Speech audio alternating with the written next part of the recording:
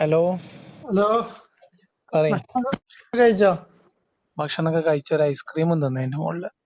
ആ, എന്താ ഒറ്റക്ക് കഴിക്കല്? ഒറ്റക്കല്ല, നമ്മൾ എപ്പോഴും ആർക്കെങ്കിലൊക്കെ വാങ്ങിക്കൊടുത്തിട്ട് വേണ്ടേ കഴിക്കാൻ. അതല്ല, ആരെങ്കിലൊക്കെ നിങ്ങളെ മാതിരിയുള്ള ആരെയൊക്കെ കൂട്ടിനുണ്ടാവോ ഭക്ഷണം കഴിക്കാൻ? എന്താ കഥ? നിങ്ങൾ ഈ ഭാഗത്തിൽപ്പെട്ട? അല്ലാതെ തന്നെ ഉണ്ടാവും. നമ്മളങ്ങനെ ഗ്യാങ് ആയിട്ട് നടക്കുന്ന ആളൊന്നല്ല. Single? Single single full single? Singham സിംഗിളാത്താൻ വരുവേന്ന് കേട്ടിട്ടില്ലേ നിങ്ങള്? സിംഗം?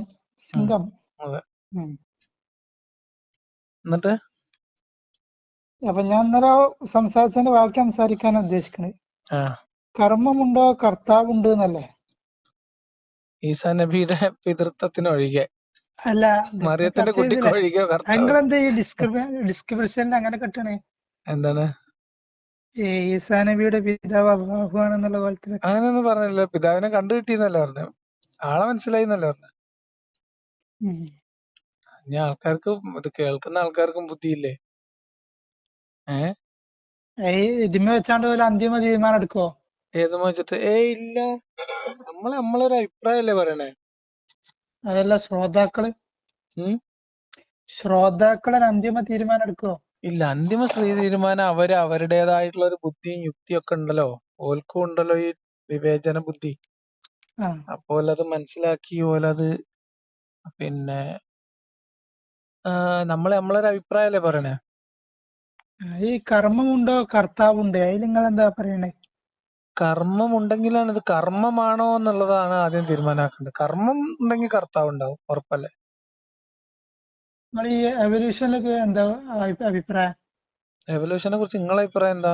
ഈ എവല്യൂഷനാണ് പരിണാമ സിദ്ധാന്തത്തെ പറ്റി പരിണാമം. മലയാളത്തിൽ പറയാം, ജീവവർഗങ്ങളുടെ അത് ശ്രോതാക്കൾക്കൊക്കെ മനസ്സിലാണെങ്കിൽ. പരിണാമമാണ് നമ്മളുടെ ഈ ജീവികളുടെ വളർച്ചയും വികാസവും ഒക്കെ പരിണാമമായിട്ട് ബന്ധപ്പെട്ടിട്ടാണ്. ഈവൻ നമ്മളുടെ ഇപ്പൊ നിങ്ങളും ഞാനൊക്കെ കഴിക്കുന്ന പല ഗുളികകളും മരുന്നുകളും വർക്ക് ചെയ്യുന്നതിന്റെ ബേസ് പോലും പരിണാമവുമായി ബന്ധപ്പെട്ടിട്ടാണുള്ളത്. അപ്പൊ ഉദാഹരണം നമ്മളൊക്കെ പരിണാമത്തിലൂടെ ഉണ്ടായതാ നിങ്ങൾ പറയണേ? അതെ, മുതല് പിന്നല്ലാതെ. പിന്നെന്താ, ഒരു മണ്ണ് കുഴച്ചിട്ട് മറ്റേ കല ഉണ്ടാക്കി വെക്കണ മാതിരി ഇങ്ങനെ ഉണങ്ങിക്കണോ നോക്കിയിട്ട് ഊതിയിട്ട് റൂഹ് കയറ്റിയതോ? അല്ല, നിങ്ങൾ എങ്ങനെ വിചാരിക്കണേ? തീർച്ചയായിട്ടും എല്ലാം മുതല് എല്ലാം ഞാൻ ഇന്നിപ്പോ ഒരു യൂട്യൂബിൽ ഒരു വീഡിയോ കണ്ടു, മുതല പണ്ട് എങ്ങനെയാണ് എല്ലാം ജീവിവർഗങ്ങളെല്ലാം ഒക്കെ പരിണാമത്തിലൂടെ എന്നാണ് നിങ്ങളെ വാദം? അങ്ങനെയാണ് എന്റെ ബോധ്യം. എനിക്ക് എങ്ങനെ മനസ്സിലാക്കിയിട്ടുള്ളത്, എന്റെ എങ്ങനെ മനസ്സിലാക്കല്. ഇപ്പൊ നമുക്ക് ലഭ്യമായിട്ടുള്ള കുറെ സിദ്ധാന്തങ്ങളില് താരതമ്യേന തെളിവുള്ളതും മികച്ചതും ശരിയാണ് എന്ന് എനിക്ക് തോന്നിയിട്ടുള്ളത്, എന്റെ ബോധ്യത്തിലുള്ളതും പരിണാമമാണ്. നിങ്ങൾ എങ്ങനെ വിചാരിക്കുന്ന മനുഷ്യന്മാരെ എങ്ങനെ ഉണ്ടായിരുന്നാണ്? ആദം നബി അലൈഹി സ്വലാമിനെ അള്ളാഹു പടച്ചു, അങ്ങനെ തന്നെ. പിന്നെ ഓരോ ജീവികളെയും അങ്ങനെ തന്നെ പടച്ചു. മണ്ണില് വെള്ളം ചേർത്ത് കുഴച്ച് കളിമൺ രൂപത്തിലാക്കി രൂപം പടച്ച് അത് ഉണങ്ങാൻ വെച്ച് ഉണങ്ങി കഴിഞ്ഞപ്പോ തീർച്ചയായിട്ടും അങ്ങനെയാണ്. തീർച്ചയായിട്ടും അതാണ് കുറച്ചുകൂടി വിശ്വാസയോഗ്യമായ കഥ, അല്ലെ? നിങ്ങൾക്ക് അതാണ് മനുഷ്യര് ജീവികൾ പരിണമിച്ചുണ്ടായതാണ് ശാസ്ത്രീയമായിട്ട് നമുക്ക് കിട്ടാവുന്ന തെളിവും കാര്യങ്ങളൊക്കെ വെച്ചിട്ട് ശാസ്ത്രീയമായിട്ടുള്ള അറിവുകൾ നമുക്ക് അംഗീകരിക്കാൻ പറ്റില്ല. അതേ സമയത്ത് കിതാബിൽ എഴുതി വെച്ചിട്ടുണ്ട് ഇങ്ങനെയാണ് സൃഷ്ടിച്ചത്. മണ്ണ് കഴിച്ച് ഊതി റൂഹ് കയറ്റി നീപ്പിച്ചിരുത്തി പിന്നെ ഇമ്മന്നൊരു വാരിയലിൽ ഊരിയിട്ട് വേറൊരു പെണ്ണിനെയും സൃഷ്ടിച്ചു. ഇങ്ങനെയാണ് എന്നാണ് നിങ്ങളുടെ വിശ്വാസം, അല്ലെ? തീർച്ചയായും. അത് ഖുറാനിൽ അങ്ങനെ എഴുതിയോണ്ടല്ലേ നിങ്ങൾ വിശ്വസിക്കുന്നത്? അല്ല, സ്വന്തമായിട്ട് ഇങ്ങനെ ഒരു വസ്തു മാറുക നിങ്ങൾ പറയണേ? അല്ല, ഇങ്ങനെ ഒരു മണ്ണ് കുഴച്ചുണ്ടാക്കുക നിങ്ങൾ പറയണേ? അതെ. നിങ്ങൾ കോവിഡ് വന്ന സമയത്തേ കോവിഡിന്റെ വകഭേദങ്ങൾ ഉണ്ടായി എന്നൊക്കെ പറഞ്ഞ നമ്മൾ ഓരോ പേരൊക്കെ ഇട്ടിരുന്നില്ലേ? അതൊക്കെ ഈ ശാസ്ത്രജ്ഞന്മാര് വെറുതെ പറയാൻ നിങ്ങൾ വിചാരിച്ച? വധഭേദങ്ങൾ വരുമ്പോ കോവിഡ് വകഭേദങ്ങൾ ഇങ്ങനെ ഉണ്ടായില്ലേ? കോവിഡിന്റെ പല വകഭേദങ്ങൾ. കോവിഡ് എന്ന് പറഞ്ഞ ഈ പറയപ്പെടുന്ന ഈ വൈറസേ മാറ്റങ്ങളോ? അത് പരിണാമം. നമ്മളിങ്ങനെ എന്താ പറയാ, അത് അത്രയും ചെറിയ ഒരു ജീവി ആയതുകൊണ്ട്, അത്രയും മൈക്രോസ്കോപ്പിക് ആയിട്ടുള്ള സാധനം ആയതുകൊണ്ട് അതിലുള്ള പരിണാമങ്ങൾ നമുക്ക് പെട്ടെന്ന് മനസ്സിലാവും.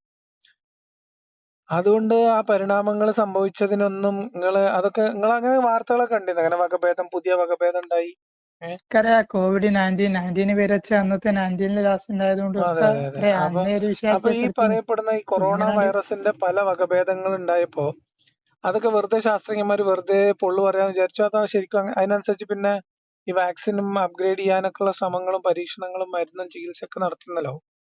ഈ വാക്സിന് ഗ്യാരണ്ടി ഒന്നാണോ ഇല്ലേ? ഗ്യാരണ്ടി എന്ന് പറയണത് ഇപ്പൊ എന്തിനെ ബേസ് ചെയ്ത് നിങ്ങൾ ഇത് പറയൂ. ഈ കോവിഡ് പരിണാമം സംഭവിച്ച് ഇങ്ങനെ വകഭേദങ്ങൾ ഉണ്ടാകുന്നതിനെ നിങ്ങൾ വിശ്വസിക്കുന്നുണ്ടോ? അതോ അങ്ങനെയൊക്കെ ഉണ്ട് നിങ്ങൾക്ക് തോന്നുന്നുണ്ടോ? അതോ വെറുതെ ശാസ്ത്രജ്ഞന്മാർ നുണ പറയാൻ വിചാരിച്ചോ? തൊള്ളപടായി. നമ്മള് ശാസ്ത്രത്തെ പറ്റിയിട്ട് എന്റെ ഒരു കാഴ്ചപ്പാട് എന്താ അറിയോ? അത് അങ്ങനെ ഒരു എല്ലാ വിഷയത്തിലും അംഗീകരിക്കുന്നില്ല, എന്നാൽ എതിർക്കുന്നില്ല. മതപരമായിട്ട് ഇപ്പൊ ഒരു വിഷയം അതിന് പിന്നെ ഇങ്ങനെ പറഞ്ഞത് കൊണ്ട് പരിണാമ സിദ്ധാന്തത്തിലൊക്കെ അതായത് നമ്മളെ മതത്തിനെയാണ് മുന്തിക്കുന്നത്. ഖുറാനിൽ പറഞ്ഞതോ ഒക്കെ അല്ലെങ്കിൽ ഖുറാനിൽ കിട്ടൂല. മുഹമ്മദ് നബി പഠിപ്പിച്ചതിനോ ഖുറാനിലുണ്ട്, പക്ഷെ നമുക്ക് കിട്ടൂല. നല്ല കാഴ്ചയുള്ള വലിയ വലിയ ഉം. മുജ്തഹിദീങ്ങൾ എന്നൊക്കെ പറയാം. അപ്പൊ അടക്കട്ടെ, ഇനിയിപ്പോ അങ്ങനെ ചർച്ച ചെയ്താൽ അവിടെ എത്തൂല. അല്ല, ഞാൻ ചോദിക്കുന്നത് ഇങ്ങനെയാണ്, ഖുർആനിലുള്ളത് ഖുർആനിൽ സ്പഷ്ടമായിട്ട് പറഞ്ഞതോ അതല്ലെങ്കിൽ ഹദീസുകളിലൂടെ മുഹമ്മദ് നബി പഠിപ്പിച്ചു തന്നതിനോ വിരുദ്ധമായി വരുന്ന എന്തെങ്കിലും ശാസ്ത്രീയ സത്യങ്ങൾ ഉണ്ടെങ്കിൽ അതിനെ അംഗീകരിക്കില്ല. അത്രല്ലേ ഉള്ളൂ. തീർച്ചയായിട്ടും ഖുറാനിനും ഹദീസിനും നബിയുടെ അധ്യാപനത്തിന് എതിരാവാത്ത, അതായത് ഇപ്പൊ പനിക്ക് പാരസെറ്റമോൾ കുടിക്കാം എന്ന് പറഞ്ഞാൽ നമുക്ക് അതിൽ എതിർപ്പൊന്നുമില്ല. കാരണം അത് മുഹമ്മദ് നബിയുടെ അധ്യാപനത്തിന് എതിരാവില്ല. അതുകൊണ്ട് അങ്ങനെയല്ലേ? അതിന് എതിരാവെന്ന് പറഞ്ഞു കഴിഞ്ഞാൽ നബി പറഞ്ഞ ചിലത് നമുക്ക് പെട്ടെന്ന് കേട്ടാൽ തിരിയില്ല. അങ്ങനെയും ചില വിഷയങ്ങൾ അതിൻ്റെ ഉള്ളിൽ ഒളിഞ്ഞു കിടക്കുന്നുണ്ടല്ല. അത് അതിനെ പറ്റി കൂടുതൽ പഠനത്തിന് എങ്ങനെയല്ലേ നമ്മൾ ശാസ്ത്രീയമായ എന്ത് കാര്യങ്ങളും കിതാബിലുള്ളതുമായി പൊരുത്തപ്പെടുന്നുണ്ടെങ്കിൽ അതിനോട് യോജിക്കുന്നതിൽ അത് അംഗീകരിക്കുന്നതിൽ ബുദ്ധിമുട്ടില്ല. പിന്നെ നബി പറഞ്ഞ ചെറുതുണ്ട്, ഒരു ഇതുണ്ട്, ഈ ഒരു പൂവിനെ പറ്റിക്കാണ്ട് പറഞ്ഞേനി അതങ്ങനെ ചെയ്തോളിന്ന്. ഏതിനെ കുറിച്ചിട്ട്? ഒരു പൂവിനെ പറ്റിക്കാണ്ട്. ഏത് പൂവാണ് പറയല്? ഒരു ഇതുണ്ടല്ലോ, അങ്ങോട്ടും ഇങ്ങോട്ടും പൊട്ടിച്ചെടുത്താണ്ട്, ആൺകൊലേന്നും പെൺകൊലേന്നും. എന്തൊക്കെ നിങ്ങൾ വിശ്വസിച്ചാണ്ടടക്ക? അങ്ങനെയൊക്കെ നോക്കിയാ നമുക്ക് കാളനെ കറന്ന പാല് കിട്ടണം. കാളേനെ കറന്ന പാല് കിട്ടണം. അങ്ങനത്തെ ഒക്കെ വാക്കുകൾ നിങ്ങൾ വാക്കർത്ഥം വെച്ച് പോയാ ഈ പാല് വേറെ സംസാരിക്കാണ്. പാല് ഈ ഒരു ജീവനെ അറക്കുമ്പോൾ പാല് കാണൂല. പറഞ്ഞ ആൺകൊലയും പെൺകൊലയും പൂക്കൊലയും അതേമാതിരി തേനീച്ചന്റെ ലിംഗമൊക്കെ നോക്കി പറഞ്ഞാലേ നിങ്ങൾ പറഞ്ഞ കണക്കും പ്രകാരം എന്ത് ചെയ്യണമെന്നറിയോ? അല്ല, നമ്മൾ ഇതിമ്മക്ക് വരിക അല്ല, എങ്ങനെ പോകും? ഇനി പാലിനെ പറ്റിയിട്ട് വേറെ സംസാരിക്കാണ്ട്. ഇപ്പൊ ഒരു പശുവിനെ അറക്കുമ്പോൾ പാല് അതിനെ ഉള്ളിൽ നോക്കിയാൽ കാണൂല, അതിനെ കറക്കുമ്പോൾ 2 ലിറ്റർ പാല് കാണുന്നുണ്ട്. അതിനെ വേറെ സംസാരിക്കാണ്ട്. ഞങ്ങൾ ഇതിമ്മക്ക് പരിണാമത്തേക്ക് വരിക. മറ്റേ അപ്പൊ നിങ്ങളെ ഇതിൽ ഇങ്ങനെ വിശ്വസിക്കുക, അതിങ്ങനെ കൊരങ്ങായി, പിന്നെ ഇങ്ങനെ വങ്കിയായി, പിന്നെ ഞാൻ നിങ്ങൾക്ക് ഇതിനു മുമ്പ് എന്റെ നിലപാട് ഞാൻ പറഞ്ഞു. നമ്മൾ മനുഷ്യരുണ്ട് അല്ലേ? ഞാനുണ്ട്, നിങ്ങളുണ്ട്. ഇതാണ് നമ്മളെ മുമ്പിലുള്ള യാഥാർത്ഥ്യം. ഇതിനു മുമ്പിലുള്ള യാഥാർത്ഥ്യങ്ങളിൽ നിന്ന് നമ്മൾ മുന്നോട്ട് നമുക്ക് അന്വേഷിച്ച് പോവാണ്. ഇപ്പൊ നമ്മൾ മനുഷ്യരെങ്ങനെ ഉണ്ടായി എന്ന് അന്വേഷിക്കണമെങ്കിൽ നമ്മളുടെ മുമ്പിലുള്ള മാർഗം എന്താണ്? ലഭ്യമായ അറിവുകൾ പരിശോധിക്കുക. അതില് ശാസ്ത്രീയമായിട്ടുള്ള കാര്യങ്ങളിലാണ് അറിവിന് വേണ്ടി ഇത്തരം കാര്യങ്ങളിൽ ഏതെങ്കിലും ഒരു പ്രകൃതി പ്രതിഭാസത്തെക്കുറിച്ചോ അല്ലെങ്കിൽ ജീവജാലങ്ങളെ കുറിച്ചോ സസ്യലതാദികളെ കുറിച്ചോ പ്രപഞ്ചത്തെക്കുറിച്ചോ പ്രകൃതിയെക്കുറിച്ചോ ഒക്കെ പഠിക്കാൻ ഞാൻ അവലംബിക്കുന്ന മാർഗം ശാസ്ത്രീയമായിട്ടുള്ള അറിവാണ്. അതാണ് വസ്തുതാപരമായിട്ടുള്ളതും തെളിവിന്റെ അടിസ്ഥാനത്തിൽ കാര്യങ്ങൾ മുൻധാരണകളോ മുൻവിധികളോ ഇല്ലാതെ നമുക്ക് കാര്യങ്ങൾ പറഞ്ഞു തരുന്ന ഒരു അറിവിന്റെ മാർഗം. മറ്റത് എങ്ങനെയാന്ന് വെച്ചാൽ ഇപ്പൊ നിങ്ങള് ഈ പരശുരാമൻ മഴ പറഞ്ഞിട്ടാണ് കേരളം ഉണ്ടായത് എന്നാണ് വിശ്വാസം. നിങ്ങൾ വിശ്വസിക്കണ്ടോ? പരശുരാമൻ മഴ പറഞ്ഞിട്ട് കേരളം ഉണ്ടായതെന്നോ? ഇപ്പൊ ഈ വയനാട് ഉണ്ടായത് ഇങ്ങനെയെന്ന് പറയലുണ്ട്. ഈ കരിഞ്ചന്തൻ അത് പോട്ടെ, പരശുരാമൻ മഴ എറിഞ്ഞിട്ടാണ് കേരളം ഉണ്ടായത് എന്നൊരു ഐതിഹ്യമുണ്ട്. അതിൽ നിങ്ങൾ ഹൈന്ദവത്തിലുള്ള എന്തിലുള്ളതെങ്കിലും ആയിക്കോട്ടെ, നിങ്ങൾ ഈ മതങ്ങൾ തമ്മിലുള്ള ആധികാരികമായി പറഞ്ഞ മാതിരി പറയുമ്പോൾ അല്ല, പരശുരാമൻ എന്ന് പറയുമ്പോ എന്തായാലും ഇപ്പൊ പരശുരാമൻ റളിയല്ലാഹു അൻഹു അല്ലല്ലോ, അപ്പൊ എന്തായാലും പരശുരാമൻ മഴ എറിഞ്ഞിട്ടാണ് കേരളം ഉണ്ടായത്. നിങ്ങൾ സ്കൂളിൽ പഠിച്ചിട്ടില്ലേ അങ്ങനെ ഒരു ഐതിഹ്യം? എന്താ കഥ? നിങ്ങളൊക്കെ കേരളത്തില് ഉണ്ടല്ലോ. അപ്പൊ എന്തായാലും അങ്ങനെ ഒരു സംഭവം അത് നിങ്ങൾ വിശ്വസിക്കണ്ടോ? അതൊരു പക്ഷെ അദ്ദേഹം ഇപ്പൊ ഈ കരിഞ്ചന്ത് വയനാടിന്റെ കാര്യം ഞാൻ സൂചിപ്പിച്ചല്ലോ, നിങ്ങൾക്കറിയോ? അല്ല സ്ഥലപ്പേരുണ്ടായ കഥയല്ലേ ഇപ്പൊ ഞങ്ങളെ നാട്ടിലൊരു കല്യാണ കരിഞ്ചന്തനാണ് കാപ്പുണ്ട്. പറഞ്ഞത്ര ഈ ടിപ്പു സുൽത്താന്റെ കർണാടക അങ്ങനെ ഈ വയനാട് ചുരം കണ്ടുപിടിച്ചേക്കാ ചരിത്രം നിങ്ങൾക്ക് അറിയോ? പറഞ്ഞോ, ഇല്ല. അറിയോ? ഉം ആ എന്നാ പറഞ്ഞതാ. ഈ ബ്രിട്ടീഷുകാർക്ക് കരിഞ്ചന്തനാണത്ര ഈ വഴി ഈ കാണിച്ചു കൊടുത്തത്. വയനാ അതെ. ആ എന്നിട്ട് ഓൾക്ക് അതിന്റെ ഒരു ക്രെഡിറ്റ് അതിന്റെ ഒരു ഇതുണ്ടല്ലോ, ഞാനാണ് ചെയ്തതെന്നുള്ള ആ ആ ഒരു മെയിൻ ആ പേരെടുക്കാൻ വേണ്ടിട്ട്. ഒരു മെയിൻ ആവാൻ വേണ്ടിട്ട് ബ്രിട്ടീഷുകാർ അയാളെ കൊന്ന്. ആ അങ്ങനെയൊക്കെ ചരിത്രം പറയുന്നുണ്ട്, ആ അല്ല യൂട്യൂബിലൊക്കെ അത് ഉണ്ട്. പോട്ടെ, അതിനെ കുറിച്ചല്ല ഞാൻ പറഞ്ഞത്. അപ്പൊ നമ്മളിപ്പോ അന്നമാതിരി വല്ലതും ഇപ്പൊ ആവാം, കേരളം അല്ല ഉണ്ടായത് അന്നമാതിരി ആവാം.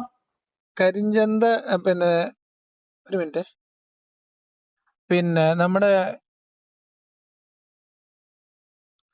എന്താ പറയാ കേരളം ഉണ്ടായത് പരശുരാമൻ മഴ എറിഞ്ഞിട്ടാണ് നിങ്ങൾ വിശ്വസിക്കുന്നില്ല. പക്ഷെ ആ തന്നെ പിന്നെ അള്ള മണ്ണ് ഇല്ല, വെച്ചുണ്ടാക്കിയതാണ് വിശ്വസിക്കുന്നില്ല നിങ്ങൾ എന്ന് ഞാൻ പറഞ്ഞിട്ടില്ലല്ലോ. നിങ്ങൾ അങ്ങനെ വിശ്വസിക്കുന്നുണ്ടോ? അത് ഞാൻ പറഞ്ഞല്ലോ, കരിഞ്ചന്തൻ വയനാട് കണ്ടുപിടിച്ച മാതിരി ആവാം. ഈ എന്താ പേരാണ്, പരശുരാമനോ അങ്ങനെ ആ കണ്ടുപിടിച്ചതാവാം. ആവാം. അതൊരു സിനിമന്റെ പേരല്ലേ. പരശുരാമൻ മഴ എറിഞ്ഞിട്ട് ഉണ്ടായത്, കണ്ടുപിടിച്ചതല്ല, ഉണ്ടായതാണോ എന്നാണ് ഞാൻ ചോദിക്കുന്നത്. അങ്ങനെ ആയിരിക്കോ കേരളം ഉണ്ടായിട്ടുണ്ടാവുക? മഴ അറിഞ്ഞിട്ടോ? ആ പഴയ കാലത്ത് എങ്ങനെ ഒരു ഭൂമി മഴ അളക്കല് എടുത്ത് നിങ്ങൾ വീശി മനസ്സിലാക്കിയേ? എറിഞ്ഞിട്ടേ, ഒരു മഴ അല്ല, പഴയ എടുത്ത് കാലത്ത് വീശി എങ്ങനെ ഭൂമി എറിഞ്ഞപ്പോ, അളക്കല്? പഴയ കാലത്ത് അല്ല എങ്ങനെ ഭൂമി അളക്കല്? അല്ല ഞാൻ ചോദിക്കട്ടെ, ഇത് പറയുങ്ങളേ, ഒരു മഴ എടുത്ത് എറിഞ്ഞ് വീശി എറിഞ്ഞിട്ട് അത് ആ മഴ കൊണ്ട് ഉണ്ടായി വന്ന കടലിൽ നിന്ന് പൊങ്ങി വന്ന പ്രദേശമാണ്, ആ വെള്ളം മാറിപ്പോയിട്ടുണ്ടായി വന്നതാണ് കേരളം എന്നത് അത് നിങ്ങൾക്ക് കൂട്ടി പറയണ്ട എന്നാല്. വെള്ളം മാറി പോയിട്ടോ?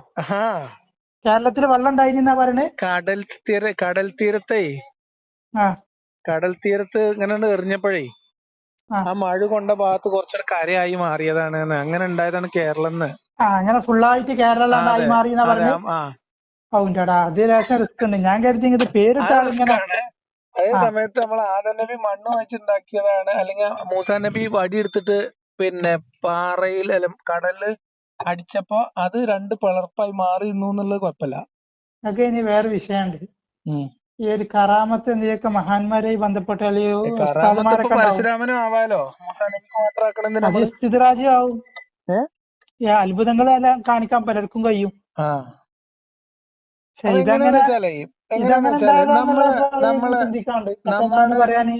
നമ്മുടെ കിതാബിലുള്ള അത്ഭുതങ്ങളൊക്കെ മോചിതത്വം കറാമത്തും ഭയങ്കര സംഭവം, മറ്റുള്ളവരുടെ കഥയിലുള്ള കാര്യങ്ങളൊക്കെ തമാശ, മനുഷ്യന്മാരെ കെട്ടുകഥ, അന്ധവിശ്വാസം.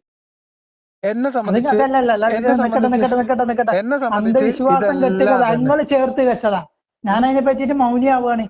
ഇനി വല്ല മൗനിയാവണ കൺകെട്ടോ എന്താ വെച്ചാല് നിങ്ങള് വല്ല നമ്മൾ ഈ ഇസ്തിദ്റാജോ, ഇതുപോലത്തെ ഒരു ഇസ്തിദ്റാജ് സാധനം എന്താ കൈ അറിയോ? പിടിച്ചോണ്ട് അതിനെ എതിർക്കണ്ട വെച്ചിട്ടും അല്ല, ഉണ്ടായിരിക്കണാണ്. ഇസ്തിദ്റാജ് സിഹിറൊക്കെ അറിയില്ലേ? അന്നൾക്ക് വല്ലതും ആണോ? അതിപ്പോ കിടക്കട്ടെ, അതിനെ പറ്റിയിട്ട് ആധികാരികമായി പറയാൻ കൂടുതൽ അറിയില്ല.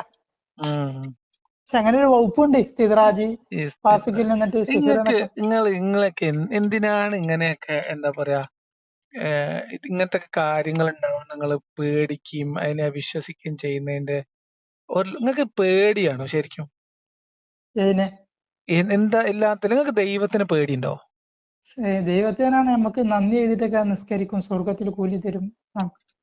കൂലിന്റെ പൂതി അല്ല, അവിടെ നിങ്ങൾ കട്ടെ, പേടിയോ? പേടിയുണ്ടോ നിങ്ങൾക്ക്? അതുകൊണ്ട് നിങ്ങൾ ഉദ്ദേശിക്കുന്നത് എന്താ? നരകം പേടി, പേടിയോ? ഭയം. നരകത്തെ പേടിയോ? ആ അങ്ങനെ തെറ്റിൽ നിന്ന് മാറിക്കേ. നിങ്ങൾക്ക് പേടിയുണ്ടോന്ന്? ദൈവം പറഞ്ഞ ദൈവമല്ല നമ്മളെ സൃഷ്ടിച്ച. അപ്പൊ ആ ദൈവത്തിന് നമ്മള് നിങ്ങൾക്ക് ഓരോ സമയത്തും ഇപ്പൊ നിങ്ങൾ ഒരു വക്ത് നിസ്കരിക്കുകയാണ്, അപ്പൊ നിങ്ങൾ ളുഹർ നിസ്കരിക്കുകയാണ്, ആ നിസ്കാരം ഉളു ശരിയായിട്ടുണ്ടാവൂലേ പഠിച്ചോനെ, ഉളു സ്വീകരിക്കണേ പഠിച്ചോനെ, നിസ്കാരം കഴിഞ്ഞിട്ട് അസ്തഗ്ഫിറുല്ലാ, എന്റെ നിസ്കാരമൊക്കെ ശരിയായിട്ടുണ്ടാവില്ലേ പഠിച്ചോനെ, ഇത് അള്ളാഹ് സ്വീകരിച്ചിട്ടുണ്ടാവില്ലേ പഠിച്ചോനെ, ഈ ഒരു ബേജാർ നിങ്ങൾക്ക് ഉണ്ടോന്ന്? ഇല്ല. അപ്പൊ നിങ്ങൾക്ക് തഖ്വ കുറവാണ്. ഞാൻ നിങ്ങള് കരുതുന്ന ലെവലിലുള്ള ആളല്ല. നിങ്ങൾ തസവുഫിലാണോ? ഞാൻ ദൈവങ്ങളും തമ്മിലൊരു പ്രണയബന്ധത്തിലാണോ? ചെറുതായിട്ട് അങ്ങനെയൊക്കെ പറയാം. തസവുഫിന്റെ വഴിയിലാണ് നിങ്ങള്? ഇതിപ്പോ നിങ്ങൾ പുറത്തൊക്കെ വിടൂലേ? ഇത് ഉറപ്പായിട്ടും വിടും. അതായത് നിങ്ങള് ഈ ചെറുതായിട്ട് പറയുന്ന അങ്ങനത്തെ ആളുകളെ സ്നേഹിക്കുന്ന ആളാ. ഖബർ പടച്ചോനെ ജിയാത്തൊക്കെ സ്നേഹിക്കുന്ന ആളാണ്. അല്ല, ഖബർ ജിയാത്തൊക്കെ ചെയ്താൽ അങ്ങനെ ഓവർ അപ്പൊ സ്നേഹം നിങ്ങള് അതിനു വേണ്ടി ശ്രമിക്കുന്ന ആളാ. അതെ, ലിഖായിന് നിങ്ങൾ വേണ്ടിട്ട്. ലിഖാ റബ്ബിന് വേണ്ടിയിട്ട് നടക്കുന്ന ആളാണ്. ചെറുതായിട്ട് ഹൂറുലിങ്ങളും നമ്മളെ തൽപര വിഷയമല്ല. അതിലെങ്ങനെ കെട്ടിപ്പിടിച്ചിക്കലില്ല. നമ്മൾ നിങ്ങൾ ലിഖായിലാണ് പേടിയാണ് അത്തരം കാണുന്നത്. പാപങ്ങളിലൊക്കെ ദുനിയാവുന്ന് പെടുന്നത് പക്ഷെ അപ്പൊ ഞാൻ പേടിയാണ്. നിങ്ങളോട് ഒരു കാര്യം ചോദിക്കട്ടെ, ചോദിച്ചോളൂ. നിങ്ങൾ എന്നോട് പറയാറുള്ള ഇസ്ലാം വെച്ചിട്ട്, നിങ്ങൾ എന്നോട് പറയാറുള്ള അഖീദ വെച്ചിട്ട് ഞാനും ആ ദീനിന്ന് പുറത്തല്ലേ? മനസ്സിലായില്ല. അതായത് ഇപ്പൊ നമ്മളെ സാക്കിർ നായിക്കും എം അക്ബറും ഇവിടുത്തെ നമ്മളെ ഇ കെ സമസ്തയും എ പി സമസ്തയൊക്കെ പറയുന്ന ദീനുൽ ഇസ്ലാം എന്ന് ഞാനും നിങ്ങൾ മുർത്തതല്ലേന്ന്? അയ്യ, എന്തുകൊണ്ടാ എന്നെ നിങ്ങൾ മുർത്തതാക്കിയത്? നിങ്ങളിപ്പോ ഇതൊക്കെ പറഞ്ഞാ പിന്നെ എന്താ ഇനി? ഇത് ടോപ്പ് നിങ്ങൾക്ക് അള്ളാനെ ലെവൽക്കാണ്. അയക്ക് പേടിയില്ലായിരുന്നു, വേണ്ടിട്ട് അള്ളാനെ പേടിയില്ലായിരുന്നു. പേടില്ലാന്നാണ്, പേടിച്ചാണ്ടിനല്ല നിസ്കരിക്കണത്. ആ അല്ല, ആ ലെവൽ കൂടെ അല്ല. ആ അതിന് വിശദീകരിക്കണോ? ആ ഏ വേണം. ആ ലാശം കേട്ടോളി. മരണത്തെ കുറിച്ച് ഭയമില്ല, ഖബറിനെ അത് കുറിച്ച് ലാശം ഭയമില്ല, കേട്ടോളി, ലാശം കേട്ടോളി. നരകത്തെ കുറിച്ച് ഭയമില്ല. നിങ്ങൾ ലിഖാഹ് റബ്ബ് മാത്രം കൊതിച്ച് അള്ളാഹുവിനോട് സ്നേഹം പ്രണയവും ആ ഫീലിൽ നിങ്ങൾ മുന്നോട്ട് പോവാണ്. ആ അഖീദ പിന്നെ അഹ്ലു സുന്നത്ത് വൽ ജമാഅത്തിന്റെ അഖീദയാണോ? പിന്നെ എന്തൊക്കെ ഇത്? എന്താ കഥ? ഈ നമ്മളെ നാട്ടിലുള്ള ഈ സൂഫികളെയൊക്കെ എന്താ പറയാ, നിങ്ങൾ ഈ പറയുന്ന ലിഖാഹ് റബ്ബ് കൊതിക്കുന്ന ആൾക്കാർ ലിഖാഹ് റബ്ബ് മാത്രം മതി എന്ന് വിചാരിച്ചിട്ട് അള്ളാഹുവിൽ ലയിക്കുക മരണത്തിലൂടെ, അല്ലെ? ഭ്രാന്തായാൽ എന്തു സുഖം, സക്കറാത്തുൽ മൗത്ത് എന്ത് രസം എന്ന് പറയുന്ന എന്താണ് ആ ലൈലാന്റെ മുളങ്കാട്ടിനുള്ളിലെ ആ കൊള്ളിക്കൊരു ലാക്ക്, അങ്ങനല്ലേ? ഞാൻ പറഞ്ഞോട്ടെ, ആ ഇത് ആ പല പാട്ട്. ദർജയില് ഇബാദത്ത് എടുക്കണവരുണ്ട്. നരകത്തെ പേടിച്ചിട്ടുണ്ട്, പിന്നെ അതിന്റെ ആ മേലക്കാണ് സ്വർഗം ആഗ്രഹിച്ചിട്ട് ഇബാദത്ത് എടുക്കുക. ആ അതിന്റെ ടോപ്പാണ് അള്ളാന്റെ ലിക്കായ അള്ളാന്റെ പ്രീതി ആഗ്രഹിക്കുക. ഞാൻ അയിമക്ക് ഇങ്ങോട്ട് കൂടുതൽ എത്തിയിട്ടില്ലെങ്കിലും ലേശെങ്കിലൊക്കെ നിങ്ങൾ അയിമക്ക് ആഗ്രഹിക്കുന്ന ആളാണ്. ശ്രമിച്ചോണ്ടിരിക്കണം. പിന്നെ ഞാൻ നിങ്ങൾ പറയണത് ഫസ്റ്റ്, ഞാൻ പറയട്ടെ, അള്ളാഹുവിന്റെ, നിങ്ങൾ ഞാൻ ഫസ്റ്റ്, പറയട്ടെ, ഈ പറയപ്പെടുന്ന പല തട്ടുകളിലുള്ള ആളുകളുടെ ഈമാൻ, പല തട്ടുകളിലുള്ള പ്രതിഫലം പ്രതീക്ഷിക്കുന്ന ഈമാൻ, ഇത് അഹ്ലു സുന്നത്തി വൽ ജമാഅത്തിന്റെ അഖീദയാണോ? അതാ ഞാൻ ചോദിക്കുന്നത്. തീർച്ചയായിട്ടും ആണ്. പല ദർജകളിലായിട്ടുള്ളതാണെന്ന് മാത്രം. ഇപ്പൊ ഇത് ഇത് നമുക്ക് എങ്ങനെ ഇത് പോലീസിൽ നമുക്ക് ഏതൊക്കെ ഡിപ്പാർട്ട്മെന്റ്, പോലീസിൽ ഏതൊക്കെ ഇത് വിഭാഗം നമുക്ക് ഉണ്ടാവും? ഏത് ഈമാൻ കാര്യം കൊണ്ടാ വിശദീകരിക്കാൻ പറ്റുക? ഇത് തസവുഫിന്റെ ഏറ്റവും ഉയർന്നതായ ലെവലാണ്. ഞാൻ അതില് കാര്യമായിട്ട് അതിൽ അപ്പൊ ഞാൻ പെട്ടിട്ടില്ലെങ്കിലും ചോദിക്കട്ടെ, ഇങ്ങനെ ഒരു സൂഫി ലെവലുണ്ട്. പറഞ്ഞത്, എന്നോടൊരു സൂഫി പറഞ്ഞത് ഞാൻ മൂസയാണെന്നാണ്. മൂസ മൂസാണോ അതേ ഉദ്ദേശിക്കണേ? അല്ല, നിങ്ങളെ കാഴ്ചപ്പാടിൽ നിങ്ങളെ വഴി നിന്ന് ആലോചിക്കുകയാണെങ്കിൽ ഞാൻ തസവുഫിന്റെ ഏതെങ്കിലും മേഖലയിലുണ്ടോ, അതോ ഞാൻ മുർത്തതാണോ? നിങ്ങളോ? പിന്നെ ഈ സൂഫികളെ പറ്റിയിട്ട് പറഞ്ഞ കുറച്ച് പറയാണ്ട്. പറഞ്ഞോളി. ആളുകൾക്ക് സൂഫി അധികം പരിചയമില്ലാത്തൊരു ഏരിയയാണ്. ഞാനും നിങ്ങൾ ഓവറായിട്ട് ആദ്യം നിങ്ങൾ എക്സ്പ്ലോർ പറഞ്ഞതിന് ചെയ്യാത്ത. മറുപടി പറയാണ്. ആ എന്നാ കേട്ടോളി. ഉം. ഭ്രാന്തായാൽ എന്ത് സുഖം എന്ന് പറയേണ്ടി നിങ്ങൾ ആദ്യം. ഭ്രാന്ത് എന്ന് പറഞ്ഞു കഴിഞ്ഞാൽ അള്ളാഹുവിനെ സ്നേഹിച്ചാണ്ട് ഒരു മസ്തിന്റെ അവസ്ഥയിലേക്ക് എത്തിയിട്ട് ഒരു ബുദ്ധി മറയുന്ന അവസ്ഥയുണ്ട്, സൂഫിയാക്കളുടെ കൂട്ടത്തിലുണ്ട്.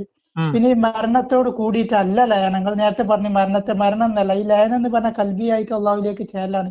പിന്നെ അവർ ചെയ്യുന്ന ഉയിരോടെ ഇരിക്കുമ്പോ തന്നെ ലയിക്കാം. പിന്നെ ഓന് ഇബാദത്ത്, പിന്നെ ഓന് നിസ്കാരം ഖുർആനോത്ത് അതൊന്നും ഓനൊരു ഭാരമായിട്ട് അനുഭവപ്പെടില്ല. പിന്നെ ഓനൊരു സംഗതി ഒഴിവാക്കാന്ന് പറഞ്ഞു ഞാൻ പറട്ടെ, പിന്നെ ഓനൊരു സംഗതി ഒഴിവാക്കാന്ന് പറഞ്ഞാൽ ഒഴിവാക്കണേന് ഓനൊരു വിഷയമില്ല. പിന്നെ എടുക്കാന്ന് പറഞ്ഞാൽ എടുക്കണേന് ഓനൊരു വിഷയമില്ല. പിന്നെ ഓന് അള്ളാഹ്ക്ക് വേണ്ടിയിട്ട് എന്തും ത്യജിക്കാൻ ഓന് സന്നദ്ധനാണ്, എന്തും എടുക്കാൻ ഓന് സന്നദ്ധനാണ്. മുതൽ കൊടുക്കണമെങ്കിൽ കൊടുക്കാം, മുതൽ വാങ്ങണമെങ്കിൽ വാങ്ങാം, ഒക്കെ അള്ളാഹ് ഗറൂഫിലായിരിക്കും ഓന്റെ ബന്ധം. പിന്നെ ഓന് പറഞ്ഞു കഴിഞ്ഞാൽ പിന്നെ ഇങ്ങനെ ഈ ഒരു ഇത് ഉണ്ടാവല്ലോ, പിന്നെ ഇത് നേരത്തെ കഴിഞ്ഞ ആദ്യത്തെ ഞാൻ പറട്ടെ, നിങ്ങൾ ഇങ്ങനെ ഇടയിൽ കൂടെ ഇങ്ങനെ നിങ്ങൾ പഠിച്ചേ പറയില്ല. ഞാൻ പൂർത്തിയാക്കട്ടെ, ഞാനത് തുടങ്ങിച്ച്. അല്ല അതിന്റെ ഒരു ഇത് ആ ഒരു ഇതില് പോട്ടെ. അപ്പൊ എവിടെ എത്തിയപ്പോ അതന്നെ. അപ്പൊ എല്ലാം ആള് ചെയ്യുന്നതൊക്കെ അള്ളാഹുവിന്റെ. പിന്നെ ഞാൻ പിന്നെ മുമ്പ് പറഞ്ഞു, പിന്നെ പണ്ടൊക്കെ പോയത് 4 ക്ലാസ് മുമ്പ് നമ്മൾ ചർച്ച ചെയ്തു. പിന്നെ സ്ത്രീക്ക് പൗതിയ കിട്ടുക സ്വത്തിന്റെ. അപ്പൊ നിങ്ങൾ പറഞ്ഞു സ്ത്രീക്ക് ഇത്രയാണ് അവകാശം നിലനിൽക്കി, പിന്നെ ഔദാര്യല്ലേ അവകാശമില്ല എന്നാണ്ട് ഒരു 3-4 മിനിറ്റ് അതിന് ഇങ്ങനെ നമ്മളൊരു ചർച്ചയായിട്ട് പോയിന്. സൂചിപ്പിക്കണുള്ളൂ, ഓർക്കണില്ലേ? അപ്പൊ അന്ന് അതിലെ റിവന്റെ അവസ്ഥയൊക്കെ എത്തിക്കഴിഞ്ഞാൽ പിന്നെ നമ്മൾ ഒരുപാട് അവസ്ഥകൾ മാറും. പിന്നെ ഈ മസാല എന്ന് പറഞ്ഞു കഴിഞ്ഞാല് ലോഹറിലുണ്ട്, ബാത്തിനിയായിട്ടുണ്ട്, തുഹഫ എന്നൊക്കെ പറയുന്ന ഒരു കിതാബിലുണ്ട്. അപ്പൊ ചില സൂഫിയാക്കൾ ചെയ്യുന്നതിന്റെ പെട്ടെന്നാണ് കണ്ടു കഴിഞ്ഞാൽ അതിന്റെ പുറമെ നോക്കി കഴിഞ്ഞാൽ പുറത്തം കിട്ടൂല. പിന്നെ ചിലർക്ക് ജെസിബ് ഞയ്ക്ക് വരിക. ജെസിബ് എന്ന് പറഞ്ഞാൽ ബുദ്ധി മറയാം.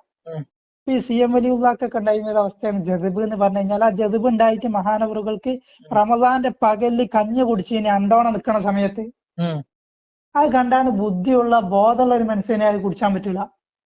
അതൊക്കെ കഴിഞ്ഞ് മഹാനവറുകളെ ഇന്നൊക്കെ തെളിഞ്ഞൊരവസ്ഥ ഉണ്ടായിട്ടുണ്ട്. പിന്നെ എന്ന് പറഞ്ഞാൽ ചില കറാമത്ത് ചിലതൊക്കെ നമ്മൾ ചെറുതായിട്ടൊക്കെ ഒരു അനുഭവിക്കണം. ചില നമ്മൾ ദർസ് പഠിച്ചു ഉസ്താമാരത്തുനിന്നോ അല്ലെങ്കിൽ ഒരു ശേഖന്മാരത്തുനിന്നൊക്കെ. അപ്പൊ നമുക്ക് ഒന്നുകൂടി ഇതൊരു ഫിറ്റ് ആവുള്ളൂ. അല്ലാതെ അത് വെറും എഴുതിയ കഥകൾ മാത്രമല്ലല്ലോ, ഒന്ന് അനുഭവിക്കൂടിയും ചെയ്യുമ്പോൾ ഇത് എനിക്കും ഉണ്ടായതാണല്ലോ എന്നുള്ള നിലക്കൊരു ചായും പുളിയൊക്കെ ഉണ്ടാവുമ്പോൾ ഒന്നുകൂടി ഫിറ്റ് ആവും. പിന്നെ സൂഫിയാക്കൾ തന്നെ പല ദർജകളിലുള്ളവരുണ്ട്. കറാമത്ത് കാണിക്കാത്തവരുണ്ട്. പിന്നെ ശരീഅത്തിനെതിരെ ബുദ്ധി ഉണ്ടായിട്ട് ശരീഅത്തിനെതിരെ ചെയ്യണോ സൂഫി അല്ല. പിന്നെ ഒരു സൂഫി കള്ള് കുടിക്കൂല, വ്യഭിചരിക്കൂല, ഈ പണിയൊന്നും പോലും ചെയ്യൂല. പിന്നെ കള്ള് തേനാക്കി മാറ്റുന്ന ഒരു അവസ്ഥ ഉണ്ട്. തേനിനെ വേണേ കുടിക്കും. പക്ഷെ അവിടെ കള്ളായില്ല, അവിടെ തേന്റെ അവസ്ഥ വരിക, പാലിന്റെ അവസ്ഥ വരിക. ഞാൻ ചോദിക്കണതില്ലേ, ഞാൻ നിങ്ങൾക്ക് കത്തിയുണ്ടോ അവിടെ തേന്റെ ഞാൻ ഇതൊക്കെ കേട്ടാണ് ഞാൻ ചോദിക്കുന്നത്. ഇതുകൊണ്ടാണ് ഞാൻ നിങ്ങളോട് ചോദിച്ചത്. ഇപ്പൊ നിങ്ങൾ ഈ പറഞ്ഞ സാധനം, നിങ്ങൾ ഈ പറഞ്ഞ രീതിയിലുള്ള ഈ വിശ്വാസം ഒക്കെ വന്നു കഴിഞ്ഞാല് എനിക്കൊക്കെ ഉണ്ട് എന്നല്ലോ ഞാൻ വാദിക്കണത്. ആഗ്രഹമുണ്ട് ആ ലെവൽക്കൊക്കെ എത്താൻ. ഞാൻ ചോദിക്കുന്നത്, നിങ്ങൾ ഈ പറഞ്ഞ ഈ പറഞ്ഞ ഈ സൂഫിസത്തിന്റെ പല ദർജകളുമായി ബന്ധപ്പെടുത്തി നിങ്ങൾ പറഞ്ഞ ഈ വിശ്വാസ പ്രകാരം അഹ്ലു സുന്നത്തി വൽ ജമാഅത്തിന്റെ യഥാർത്ഥ അഖീദക്കാരെന്ന് അവകാശപ്പെടുന്നവരുടെ മുന്നിലെത്തിയാൽ നിങ്ങളും ഞാനും മുർത്തദല്ലേ എന്നാണ് ഞാൻ ചോദിച്ചത്. ഇപ്പൊ ഈ പൊതുവെ പറയാറുള്ളത് നമ്മളെ നാട്ടിലുള്ള വഹാബി തൗഹീദിന്റെ ആൾക്കാര് വഹാബികളെ മുമ്പ് ചെന്നാ ഇങ്ങക്കും എനിക്കും ചേർത്ത് ഒറ്റ വിധിയല്ലേ എന്ന് ഞാൻ ചോദിച്ചത്. ഞങ്ങളെന്താ മനസ്സിലാക്കിയ സൂഫിയാക്കൾ പറഞ്ഞ സുന്നത്ത് ജമാഅത്തിനെതിരാണെന്നോ? ഞാൻ ചോദിച്ചതല്ല, ഞാൻ പറഞ്ഞത് യഥാർത്ഥ പ്യൂർ തൗഹീദിന്റെ ആൾക്കാർ ഞങ്ങളാണ് എന്ന് പറയപ്പെടുന്ന ഇവിടുത്തെ വഹാബികൾ ഉണ്ടല്ലോ, നമ്മളെ നാട്ടിലത്തെ മുജാഹിദുകള്. മുഹമ്മദ് ബിൻ അബ്ദുൽ വഹാബിന്റെ പ്യൂർ തൗഹീദിന്റെ ആ അളവുകോല് വെച്ച് അളന്നാല് എനിക്കും ഇങ്ങക്കും ചേർത്ത് ഒറ്റ മരുന്നല്ലേന്ന് ഞാൻ ചോദിച്ചത്. നിങ്ങൾ ഈ പറയണ ജദബിന്റെ ഹാലിലെത്തുകയും പല ദറജകളിലെത്തുന്ന സൂഫിസത്തിന്റെ പല അനുഭവങ്ങൾ ഉണ്ടാവുകയും അതുവഴി ഹറാമും ഹലാലും തിരിച്ചറിയാത്ത അവസ്ഥയിലേക്ക് എത്തുകയും ഒക്കെ ചെയ്യുന്ന, അല്ലെങ്കിൽ നിർബന്ധങ്ങൾ ഒഴിവാക്കുന്ന ആളുകൾ, റമദാനിൽ കഞ്ഞി കുടിക്കുന്ന ഔലിയ എന്നിത്യാദി വിശ്വാസങ്ങളൊക്കെ വിലായത്തിന്റെ ലക്ഷണമായിട്ട് പോലെ അംഗീകരിക്കുന്നുണ്ടോ?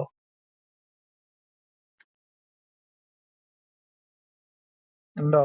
രണ്ട് ചോദ്യം നിങ്ങൾ ചോദിച്ചേ. എനിക്കും ഉങ്ങൾക്കും ഒരേ വിധിയാണോ? ഈ ചോദ്യത്തിന്റെ അടിസ്ഥാനത്തിലാണ് നിങ്ങളോട് ചോദിക്കണേ. അങ്ങനെയുണ്ടോ? അപ്പൊ ഞാൻ ഈ പറഞ്ഞ ഈ വിലായത്തിന്റെ ലക്ഷണങ്ങളുമായിട്ട് നിങ്ങൾ ബന്ധപ്പെടുത്തി പറഞ്ഞ ഈ കാര്യങ്ങൾ അനുസരിച്ച് അത് ഒരു തൗഹീദിന്റെ ഭാഗമായിട്ട് അവർ അംഗീകരിക്കുന്നുണ്ടോ? അങ്ങനെ വിശ്വസിക്കുന്നവർക്ക് തൗഹീദ് ഉണ്ട് എന്നാണോ അവരുടെ വാദം, അതോ ഇസ്ലാം ദീനിന് പുറത്താണെന്നാണോ? ആദ്യം വിദഅത്തിനെ പറ്റി ലാശം മനസ്സിലാക്കാണ്ട്. വിദഅത്ത് എന്ന് പറഞ്ഞു കഴിഞ്ഞാല് മുഹമ്മദ് ബിൻ അബ്ദുൽ വഹാബ്, ഇബ്നു തൈമിയ്യ ഓലൊക്കെ ഉണ്ടാക്കിക്കാണ്ട് പരിഷ്കരിച്ചാണ്ട് വിദഅത്ത് പുത്തനാശയം പറഞ്ഞാൽ എന്താ? നിങ്ങൾ മനസ്സിലാക്കിയ വിദഅത്ത് പറഞ്ഞാൽ എന്താ? മനസ്സിലാക്കിയ വിദഅത്ത് എനിക്കറിയാം. ഞാനൊരു ഇ.കെ. സുന്നി മദ്രസയിൽ പഠിച്ചാണേ. മുജാഹിദ് ജമാഅത്ത് പോലത്തെ പുത്തൻവാദികളോട് തുടർന്ന് നിസ്കരിക്കരുത്, അവരെ കണ്ട സലാം പറയരുത്, സലാം പറഞ്ഞാൽ മടക്കരുത് എന്ന് പഠിച്ച ആളാണ് ഞാൻ. വിദഅത്ത് പറഞ്ഞാൽ ദീനിലില്ലാത്ത കാര്യങ്ങൾ ദീനിലേക്ക് കൊണ്ടുവന്ന് വരുത്തി തീർക്കുക, പുതുതായിട്ട് മലയാളം പരിഭാഷ തുടങ്ങി ഒരുപാടുണ്ട്. വിത്രി എട്ടാക്കുക, മക്ബറ സിയാർത്ത് ചെയ്യാൻ പാടില്ല, മരിച്ചോർക്ക് ഓതരുത്, ഇങ്ങനെ തുടങ്ങിയിട്ട് കശപിശ ഉണ്ടാക്കുക. എന്തെങ്കിലും പുണ്യമായ ദിവസങ്ങളൊക്കെ വരുമ്പം അന്നത്തെ രാത്രി അന്നായിട്ട് ഒരു ബാധത്തുണ്ടോ, അന്നായിട്ടൊരു പ്രത്യേക ഒരു പുണ്യകർമ്മം ഉണ്ടോ എന്നൊക്കെ ചോദിച്ചാണ് ഒരു വിശ്വാസം. പ്രത്യേക സുന്നത്തുണ്ടോ എന്നൊക്കെ ചോദിക്കുക. എങ്ങനെ തലീ കെട്ടലേ, നബി തലീ കെട്ടിയിരുന്നു, അപ്പൊ അത് വെച്ചിട്ട് തലീ കെട്ടല് വാലിടണോ എന്ന് വെച്ചിട്ട് തൊപ്പിയും തലയൊന്നും ഇടാതെ തൊപ്പി തലമറക്കൽ പ്രത്യേക സുന്നത്തില്ലാന്ന് പറയാം. പ്രാർത്ഥന പാടില്ല എന്ന് പറയാ. ബാലുശ്ശേരിയാ തോന്നുന്നുണ്ട് ഇപ്പൊ തൊപ്പിടേണ്ടത് തോന്നുന്നുണ്ട്. അതൊക്കെ അവസാനമാകുമ്പോ ഓരോരുത്തന്മാർക്ക് മനസ്സിലായി വരുന്നതാണ്. അല്ല അത് പൂർത്തിയാക്കട്ടെ ഇങ്ങോട്ട്. അപ്പൊ ദീനിലില്ലാത്ത കാര്യങ്ങൾ അപ്പൊ യഥാർത്ഥ ദീനി പറഞ്ഞ സുന്നത്ത് ജമാഅത്തിന്റെ ആളുകളുടെ. പിന്നെ APK അത് പിന്നെ ഇങ്ങനെ ഒരു രണ്ട് സംഗതി സുന്നത്ത് ജമാഅത്താണ്. അത് പിന്നെ അവിടെ കട്ടെ, അതിന്റെ ഉള്ളിൽ വിരിഞ്ഞു പോയ കാര്യങ്ങളൊക്കെ അപ്പൊ നിങ്ങളായിട്ട് ചർച്ച ചെയ്തിട്ട് കാര്യമില്ല. അതൊക്കെ അതിന്റെ ഉള്ളിലുള്ള ദീനിന്റെ അപ്പൊ അടക്കട്ടെ. അപ്പൊ നമുക്ക് മെയിൻ ആയിട്ടുള്ള പറയാം എന്തോന്നാണ് നമുക്ക് ആദ്യം. ഈ ബിദ്അത്തുകാരായിട്ടുള്ള ബിദ്അത്തും ലലാലത്തും ഉണ്ടല്ലോ. അപ്പൊ ഈ ബിദ്അത്തിൽ പെടുന്ന പുത്തനാശയക്കാരാണ് ശരിക്കും ഈ ലലാലത്തും ഫിന്നാറാണ്. അതിന്റെ ഒരു ലലാല അവിടെ കളയപ്പെട്ടാണ് പറഞ്ഞിട്ടില്ല. കുല്ലു ബിദ്അത്തും ലലാലത്തും ലലാല, എല്ലാ ബിദ്അത്തും പേച്ച ബിദ്അത്തൊക്കെ പേച്ചതാണ്. ഇപ്പൊ പുതിയ ബിദ്അത്താണ് ഏത് രണ്ടാം ബാങ്ക് കൊടുക്കല് അല്ല ഖുത്ബയില്. ബിദഅത്തും ലലാല എന്ന് പറഞ്ഞിട്ട് വേറെ സാധനം ഉണ്ടോ? ബിദഅത്തും ലലാലയും ബിദഅത്ത് അതല്ലാത്തതും ഉണ്ടോ? ലലാലത്തല്ലാത്ത കുല്ലു ബിദഅത്തും ഉണ്ടോ? ബിദ്അത്തും ലൊലാലത്തും ലൊലാലാന്നാ. ആ അങ്ങനെ കുല്ലു ബിദ്അത്തും പക്ഷെ ലൊലാലത്തും ലൊലാല. വെള്ളിയാഴ്ച പള്ളിക്ക് പോലും മൗലവിമാരൊക്കെ എപ്പോഴും നമ്മളെ സുന്നി പള്ളിയിലൊക്കെ ഓതുന്നത് കുല്ലു ബിദഅത്തും ലലാല വക്കുല്ലു ലലാലത്തും അത് ചില ഫിന്നാർ എന്നാണ്. വിഷയങ്ങള് കൂടുതൽ പഠിക്കേണ്ടി വരും. ഇപ്പൊ ഈ ബിസ്മില്ലാഹിർ റഹ്മാനിർ റഹീം ബിസ്മി ചെല്ലാത്തവനക്ക് ഉളൂ ഇല്ലാന്നൊരു ഹദീസ് ഉണ്ട്. അങ്ങനെ നിങ്ങൾ അതിനെ വ്യാഖ്യാനിക്ക? അല്ല എന്നാലും നിങ്ങൾ എങ്ങനെ വ്യാഖ്യാനിക്ക? എങ്ങനെ മനസ്സിലായില്ല? ബിസ്മി ബിസ്മില്ലാഹിർ റഹ്മാനിർ റഹീം എന്ന് ചെല്ലാത്തവനക്ക് ഉളൂ ഇല്ലാന്നൊരു ഹദീസ് ഉണ്ട്. നിങ്ങൾ എങ്ങനെ അതിനെ വ്യാഖ്യാനിക്ക? എനിക്കറിയില്ല, ഞാൻ അങ്ങനത്തെ എന്നാ മസാലമൊക്കെ പോയിട്ടില്ല. പൂർണ്ണമായ ഉളൂ ഇല്ലാന്നാ പറഞ്ഞത്. ഉളു ഉണ്ട്, ബിസ്മി പക്ഷെ അത് ചെല്ലാത്തതിനനുസരിച്ച് പൂർണ്ണമായിട്ടില്ല. കമ്മി വരും, പൂർണ്ണതയിലില്ല. ഇപ്പൊ എന്റെ കുട്ടിയാണെ അറിയും, ഉദാഹരണം പറയാം എന്റെ കുട്ടിയാണെ അറിയും വാപ്പാര് ഒരു 4-5 കുട്ടികളിലുള്ള ഇടയില് മറ്റുള്ളതൊന്നും ഞാൻ വാപ്പാന്റെ കുട്ടിയല്ല എന്നാ അല്ല. എന്റെ പ്രത്യേക കാര്യം ചെയ്യുമ്പോഴോ പ്രത്യേകമായിട്ട് ആ സംഗതി പൂർണ്ണമായി ചെയ്യുമ്പോഴോ ഒരു കൊടുത്ത പണി ഒരു മര്യാദക്ക് പറഞ്ഞ ചെയ്യുമ്പോഴൊക്കെ ഒരു അഭിനന്ദനം നിലനിൽക്കും, സന്തോഷം നിലക്കൊക്കെ പറഞ്ഞതാണ്. അല്ലാതെ മറ്റേ തീരെ ഒന്നുമില്ല അങ്ങനെ വെച്ചോക്കരുത്. അതാ പറയുമ്പോ ശ്രദ്ധിച്ച് പറഞ്ഞാ പോരെ. അപ്പൊ ബിസ്മില്ലാത്തവന് ഒന്നുമില്ല എന്ന് പറഞ്ഞാൽ ശരിയല്ലല്ലോ. ഓർക്ക് തിരിയാ കേൾക്കുന്ന സ്വാപത്തിന് തിരിയനി ഓർക്ക് ഇപ്പൊ ഒരു സ്വർണ്ണമോതിരം ഓരോ കൈമേലുണ്ടായിട്ട് റസൂലുള്ളാഹി പറഞ്ഞു സ്വർണ്ണമോതിരം ഒഴിവാക്കാൻ വേണ്ടിട്ട്. അപ്പൊ ചില സ്വാപത്ത് ജിത്തിയാദ് ചെയ്തി സ്വർണ്ണമോതിരം എങ്ങനെ ധരിക്കാൻ റസൂലുള്ളാഹി ഒഴിവാക്കാൻ പറഞ്ഞല്ലേ വലിച്ചാണ് ചില സ്വാപത്ത്. കാരണം എന്ത് വേണ്ടാന്ന് പറഞ്ഞല്ലേ. ചിലര് മോതിരം ഉണ്ടാന്നല്ലേ പറഞ്ഞു, അത് കൊണ്ടുപോയിട്ട് വിക്ക് വേറെ എന്തെങ്കിലും ഉപകാരത്തിൽപ്പെടും ഉപയോഗിക്കാൻ ഈ സാധനം വേണ്ടാന്ന് അങ്ങനെ പറഞ്ഞിട്ടില്ലല്ലോ. അപ്പൊ അന്നൊക്കെ ചിലവര് ചിന്ത പോയി. അങ്ങനെ ഉണ്ടായി വന്ന ബിദ്അത്തും ലലാലത്താണ് ഈ വഹാബിസം.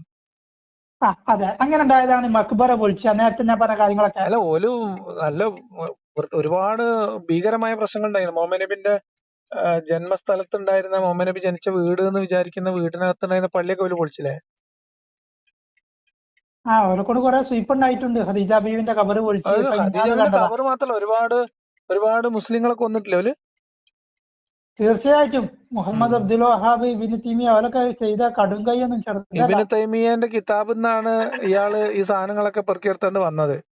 പിന്നെ സൗദിയിലെ ഭരണകൂടത്തെയും കൂടി കൂട്ടുപിടിച്ചിട്ടാണ് ഈ മുസ്ലിങ്ങളെയൊക്കെ അവര് ഈ പറഞ്ഞതുപോലെ മുസ്ലിം സമൂഹത്തിനകത്ത് അവര് എന്താ പറയാ കഫാറത്ത് പറഞ്ഞിട്ടല്ലേ, കുഫർ ആരോപിച്ചിട്ടല്ലേ ആൾക്കാരെ, അല്ലേ കുഫർ ആരോപിച്ചിട്ടല്ലേ ആളുകളെ ഒരു കൊന്നത് മുസ്ലിങ്ങളെയൊക്കെ. മുഹമ്മദ് നബിന്റെ കഫാറത്ത് എന്നല്ലേ പറയാ, കുഫർ. അതെ തീർച്ചയായിട്ടും അതെ. കുഫർ ആരോപിച്ചിട്ടല്ലേ ഖബർ സിയാറത്ത് ചെയ്യലോട് കൂടിയിട്ട് കാഫിറായി. ദൈവത്തെ ബിംബങ്ങൾക്ക് ഹൈന്ദവ സഹോദരങ്ങള് ബിംബങ്ങൾക്ക് വണങ്ങുമല്ലോ, ഒരു ബിംബങ്ങളെ ആരാധിക്കുമല്ലോ. ആ പോസ്റ്റിന് നമ്മളെ സുന്നത്ത് ജമാഅത്തിന്റെ ആളുകളാണ്ടാക്കി വെച്ചു. എന്നിട്ട് ഭരണത്തിന്റെ സ്വാധീനം ഉപയോഗിച്ചു കൊണ്ടിട്ട് അബ്ദുൽ വഹാബ് അധികാരം പിടിച്ചു. അതെ ആരാണ് ഇവർ ചെയ്തത്. വിദ്യാർത്ഥിന്റെ എന്ന് പറഞ്ഞാൽ അങ്ങനെയാണ്. പിന്നെ നമ്മൾ തസവുഫ്ക്ക് വരിക.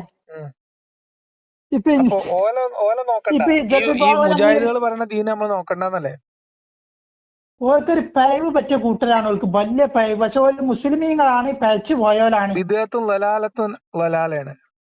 കുല്ലു ബിദ്അത്തും ലലാലത്തും ലലാല, അല്ല പിയച്ച ബിദ്അത്തും. പക്ഷെ അങ്ങനെയല്ല, വേറൊരു പ്രശ്നമുണ്ട്.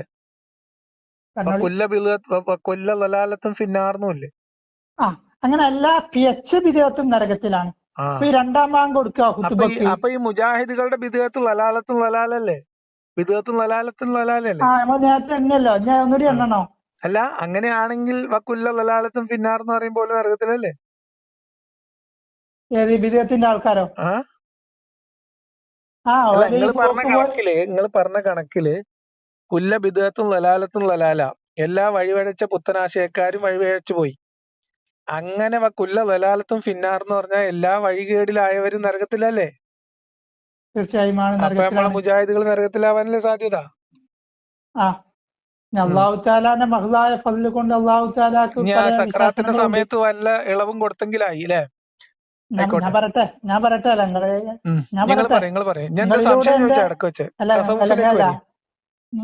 ഞങ്ങളിത് പറഞ്ഞാണ്ട് ഇടയിൽ കൂടെ ഇങ്ങനെ പറയുമ്പോ ഇത് നിങ്ങളെ അജണ്ട എന്നിലൂടെ നടപ്പാക്കാണെന്ന് തോന്നുന്നു. നമ്മൾ കേട്ട് പഠിച്ച ബിദഅത്തും ദലാലത്തിന്റെ കൂടെ നമ്മൾ കേട്ട് അത് നിങ്ങൾ പരിചയമുള്ള ഒരു കേട്ടണോ? വാക്ക് മുമ്പ് കേട്ടണോ? ഓർമ്മിപ്പിച്ചോന്നുള്ളൂ. കുല്ലു ബിദ്അത്തും ളലാലത്തും അല്ലെ ളലാല നിങ്ങൾ മുമ്പ് ഉസ്താദ്മാരില്ലല്ലോ, കേട്ടണോ? കുല്ലു ബിദഅത്തും ആ ദലാല എന്നാണ് എല്ലാ ഇവിടെ ഉസ്താദ്മാരും 8 പറയാ. 10 കൊല്ലം ഞാനൊക്കെ നട്ടപാതിര വരെ കിതാബ് ഓതി പഠിച്ചുണ്ടാക്കി ഞാനാ. ഉം. അങ്ങനത്തെ എനിക്ക് ജോലി തരുന്നില്ല. എന്നിട്ട് എന്തിനാണ് ഈ ഖുത്ബന്റെ സമയത്ത് ഈ പക്ഷെ ചെങ്ങായിമാരിത് മാനസികമായോ മുടങ്ങണേ? ഏത് ഈ കുല്ലു ബിദ്അത്തും ദലാല വ കുല്ലു ദലാലത്തും ഫിന്നാർ എന്ന് പറഞ്ഞ് നിർത്തുന്നത് എന്തിനാ? അവർക്ക് ഒരു ദലാലത്തും ദലാല പറഞ്ഞൂടെ? ഞാൻ അത് ഇന്ന് വരെ ഒറ്റ പള്ളിയിൽ ഒരു ഖത്തീബും ഈ ഖുത്ബയുടെ പ്രാർത്ഥനയിൽ ഈ സാധനം ഉണ്ടല്ലോ. അതൊക്കെ മനുഷ്യന്മാർക്ക് പിഴവ് പറ്റിച്ചും അങ്ങനെ ആയി കഴിഞ്ഞാല് അത് നിങ്ങൾ കൂടുതൽ പോട്ടെ, ചോദിക്കേണ്ടി. ആ കാര്യാക്കട്ടെ. അത് ഞാനൊക്കെ അവിടെ ചോദിക്കും ഉസ്താദ്മാരോട്. അങ്ങനെ എന്റെ ചോദ്യം കേട്ടിട്ട് ചങ്ങായിനെ കൊണ്ട് കുടുങ്ങിയല്ലോ ഒക്കെ പറഞ്ഞു. സംശയങ്ങൾ ചോദിച്ചിട്ടേ നിങ്ങൾ തിരിച്ചു വരും. നിങ്ങൾ എങ്ങനെയാണ് എന്നിട്ട് നമ്മൾ സാധാരണഗതിയിലുള്ള ഈ സുന്നത്ത് ജമാഅത്ത് തസവുഫിന്റെ പാതയിലേക്ക് തെന്നി മാറിയത് എങ്ങനെ, ഏത് ഘട്ടത്തിലാ, എവിടുന്ന? അല്ല ഞാൻ വലിയ സൂഫിയൊന്നുമല്ല.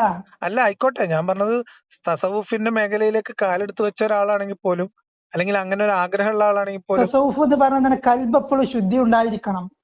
കൽബിൽ ഒരാളോട് വിദ്വേഷമോ പകമോ അസൂയയോ കിബിറോ കുയിന്തോ പോരോ കുഞ്ചോ പകേ അങ്ങനത്തെ ഒരു മുഷിഞ്ഞൊന്നും ഉണ്ടാവാൻ പാടില്ല. കൽബാണ് നമ്മളെ പ്രധാന. അത് എനിക്കും ഇങ്ങൾക്കും ഇല്ലാന്ന് എനിക്കറിയാം. ഇന്നല്ലാഹ ലാ യൻദുറു ഇലാ ബദനിക്കും വഇലാ അജ്സാമിക്കും വലാകിൻ യൻദുറു ഇലാ ഖുലൂബിക്കും. അർത്ഥം അറിയോ? പിന്നെ അള്ളാഹ് കൽബിലേക്ക് മാത്രം നോക്കുള്ളൂ, വാക്കൊന്നും നോക്കൂല. നമ്മളെ ഡ്രസ്സ് ഇതൊന്നുമല്ല. പിന്നെ എല്ലാരും വലിയ ഡ്രസ്സ് ധരിക്കും, നമ്മളെങ്ങനെ ധരിക്കാണ്. എല്ലാരും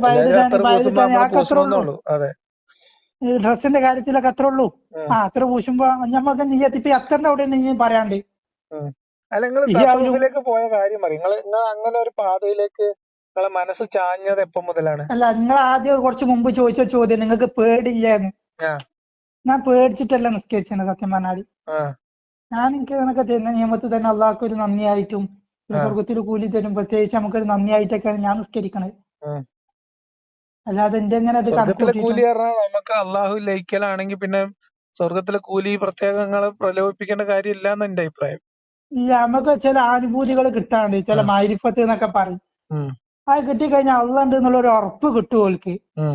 പിന്നെ ഓൾക്ക് കിതാബില് കാണേണ്ട ആവശ്യമില്ല. ശരിക്കും മനസ്സിലാക്കാണ്ടോ? അല്ലാതെ ഇത് ഇങ്ങനെ ഞാൻ പറഞ്ഞാല് ഞാൻ സീരിയസ് ആയിട്ട് നിങ്ങളെ കേൾക്കുകയാണ്. ഇത്രയും ഞാൻ പലതരം സൂഫി ധാരയിലുള്ള ആളുകളായിട്ട് സംസാരിക്കാറുണ്ട്. സൂഫി എന്ന് പറഞ്ഞാൽ ചില കള്ളന്മാരുണ്ട്. ഇപ്പൊ എല്ലാത്തിലും ഉണ്ടല്ലോ. സൂഫി എന്ന് പറഞ്ഞാൽ പകല് ബോധപൂർവം ബുദ്ധി ഉണ്ടായിരിക്കെ, ബോധം ഉണ്ടായിരിക്കെ ശരീരത്തിനെതിരെ ചെയ്യാം. വെള്ളം കുടിച്ചാ പാൽ കുടിച്ചാ ശരീരത്തിനെതിരെ ചെയ്യാൻ പറ്റൂല. തേനായിക്കണു പറഞ്ഞിട്ട് കള്ളു കുടിക്കുക, ഇങ്ങനെയൊക്കെ അത് ഞാൻ പറഞ്ഞു. അല്ലല്ല, ഞാൻ പറഞ്ഞു അത് കള്ള് തേനാക്കുമ്പോ തേന്റെ ഹുക്കുമ് വരും. ഇത് റമളാനിന്റെ പകല് കാണുന്ന ആളുകളോട് ഇത് ഞാൻ കുടിക്കുമ്പോ ഇത് പിന്നെ തേനായിട്ടുണ്ട് എന്ന് വെറുതെ പറഞ്ഞിട്ടേ കള്ള് കുടിക്കണം, അങ്ങനെ ഒരു വകുപ്പുണ്ട്. എന്നിട്ട് ഞങ്ങൾക്ക് ഇതൊക്കെ ഹലാലാണ് എന്ന് പെണ്ണുങ്ങളൊപ്പം കടിക്കുക. ഞങ്ങൾക്ക് ഇതൊക്കെ ഹലാലാണ് എന്ന് ശരീരത്തിനെതിരെ ചെയ്യാ. ഞങ്ങൾക്ക് നിസ്കരിച്ചൊന്നും വേണ്ട, നിസ്കാരത്തിന്റെ കാര്യങ്ങൾ ഇതൊക്കെ എത്തുമ്പോ വേറെന്തോ. പിന്നെ ഇത് ഓരോ സ്വന്തം ആവശ്യങ്ങൾ എത്തുമ്പോ കൊറേയൊക്കെ വേറെ ജതുബ്. ഞാൻ ചോദിക്കണത് ഇതൊക്കെ എങ്ങനെ നമുക്ക് മറ്റുള്ളവർക്ക് തിരിച്ചറിയാം? അത് ഇനി സൂഫിയാക്കൾ തിരിച്ചറിയാൽ എങ്ങനെയാണെന്നോ? അല്ലല്ല, ഒരു സൂഫിയാണ് ചെയ്യണത്. ഇപ്പൊ ഇത് ചെയ്യുന്ന ഒരു സൂഫിയാണ്, അല്ലാതെ ഒരു കള്ള സൂഫിയാണോ അല്ലേന്ന് പുറത്തു നിൽക്കുന്ന മൂന്നാമത്തെ ഒരാൾക്ക് എങ്ങനെ മനസ്സിലാവും? അത് തിരിച്ചറിയാൻ കഴിയൂല. അത് തിരിച്ചറിയാൻ ഈ മഹാന്മാർക്ക് തിരിച്ചറിയാൻ കഴിയും. സാധാരണക്കാരായോ കഴിയൂല. ഇപ്പൊ സാധാരണക്കാരാവുന്ന ആളുകൾ ഇപ്പൊ അങ്ങനെ ഭക്ഷണം കഴിച്ചു കഴിഞ്ഞാൽ ഓൽക്കെതിരെ പറയും. അല്ലെങ്കിൽ കൂടുതലും ഇവിടെ സാധാരണക്കാരാ. ഈ അവസ്ഥയൊക്കെ എത്തിയോലി ജതുബ് കാര്യങ്ങൾ ഇപ്പൊ ഈ അവസ്ഥയൊക്കെ എത്തിയോലി ഇങ്ങനത്തെ ആളുകൾ കുറവാ. ഈ ദർജയിൽ എത്തിയ ആൾക്കാർക്ക് അങ്ങോട്ടും ഇങ്ങോട്ടും കണ്ടാൽ മനസ്സിലാവും. തീർച്ചയായിട്ടും മനസ്സിലാവും. ഓൾക്ക് അങ്ങോട്ടും ഇങ്ങോട്ടും സംസാരിക്കാനും ഒക്കെ കഴിയും. ഓർക്ക് ജീവിതം മരണൊക്കെ കണക്കാ. അവിടെ എത്തുമ്പോഴാണ് ഈ പാട്ട് പാടുന്നത് അല്ലെ? സക്കറാത്തുൽ മൗത്ത്. അവിടെ എത്തിക്കഴിഞ്ഞാണ്ട് ലെവല് വിട്ട് കഴിഞ്ഞാണ്ട് ഭ്രാന്തായാൽ പിന്നെ കഴിഞ്ഞാൽ ചിലപ്പോ പിന്നെ ഞാൻ പറയട്ടെ, ഞാൻ അള്ളാഹ് എന്നൊക്കെ പറയും ചിലപ്പം. അത് മൂപ്പര് അള്ളാഹ് ആയതുകൊണ്ടല്ല. അള്ളാഹുവിൽ അങ്ങോട്ട് ലയിച്ചിട്ട് അനുഭൂതി കൽബൊക്കെ അങ്ങോട്ട് കേറിയിട്ട് കാണ്ടിന് പിന്നെ ഒരു പറഞ്ഞ വാക്കിനും സ്വന്തം നഫ്സിനെയും വേർതിരിച്ചറിയാൻ പറ്റാത്തൊരവസ്ഥയൊക്കെ ഉണ്ടാവും. കറക്റ്റ്. ബിദാത്തിഹി എന്നൊക്കെ പറഞ്ഞ മുഷാദന്റെ ഹാലിലെത്തുമ്പോ ചില സൂഫിയാക്കൾക്ക് ഹക്കുൽ യഖീനൊക്കെ എത്തുമ്പോൾ ചിലവർക്ക് അത് മനസ്സിൽ. ഈ ഹക്കുൽ യഖീനൊക്കെ നമ്മളെ നാട്ടിൽ ടി.വി.എസ് സ്കൂട്ടർ ഓടിച്ച് നടക്കുന്ന ആൾക്കാർക്ക് എത്തുമെന്ന് ഞാൻ ചോദിച്ചത്. തീർച്ചയായിട്ടും അത് ചിലപ്പോ കൽബിലെ അവസ്ഥയിലേക്കാരം. പുറത്ത് എല്ലാ ഭാര്യമാര്, കുട്ടികള്, മക്കള്, ചെറിയ കളിയൊക്കെ ഉണ്ടാവും. കൽബിലെ പക്ഷെ അനുഭൂതിയില് കൽബിന്റെ ഉള്ളില് അവര് അവിടെ എത്തിയിട്ടുണ്ടാവും. അപൂർവങ്ങളിലായിട്ട് ചില ആൾക്കാർ അങ്ങനെ ഉണ്ടാവും. ഇപ്പൊ മമ്പുറന്നങ്ങൾ എന്നൊക്കെ പറഞ്ഞ ആളെ നിങ്ങൾ കേട്ടണോ? ഹലോ, കേട്ടിട്ടുണ്ട്.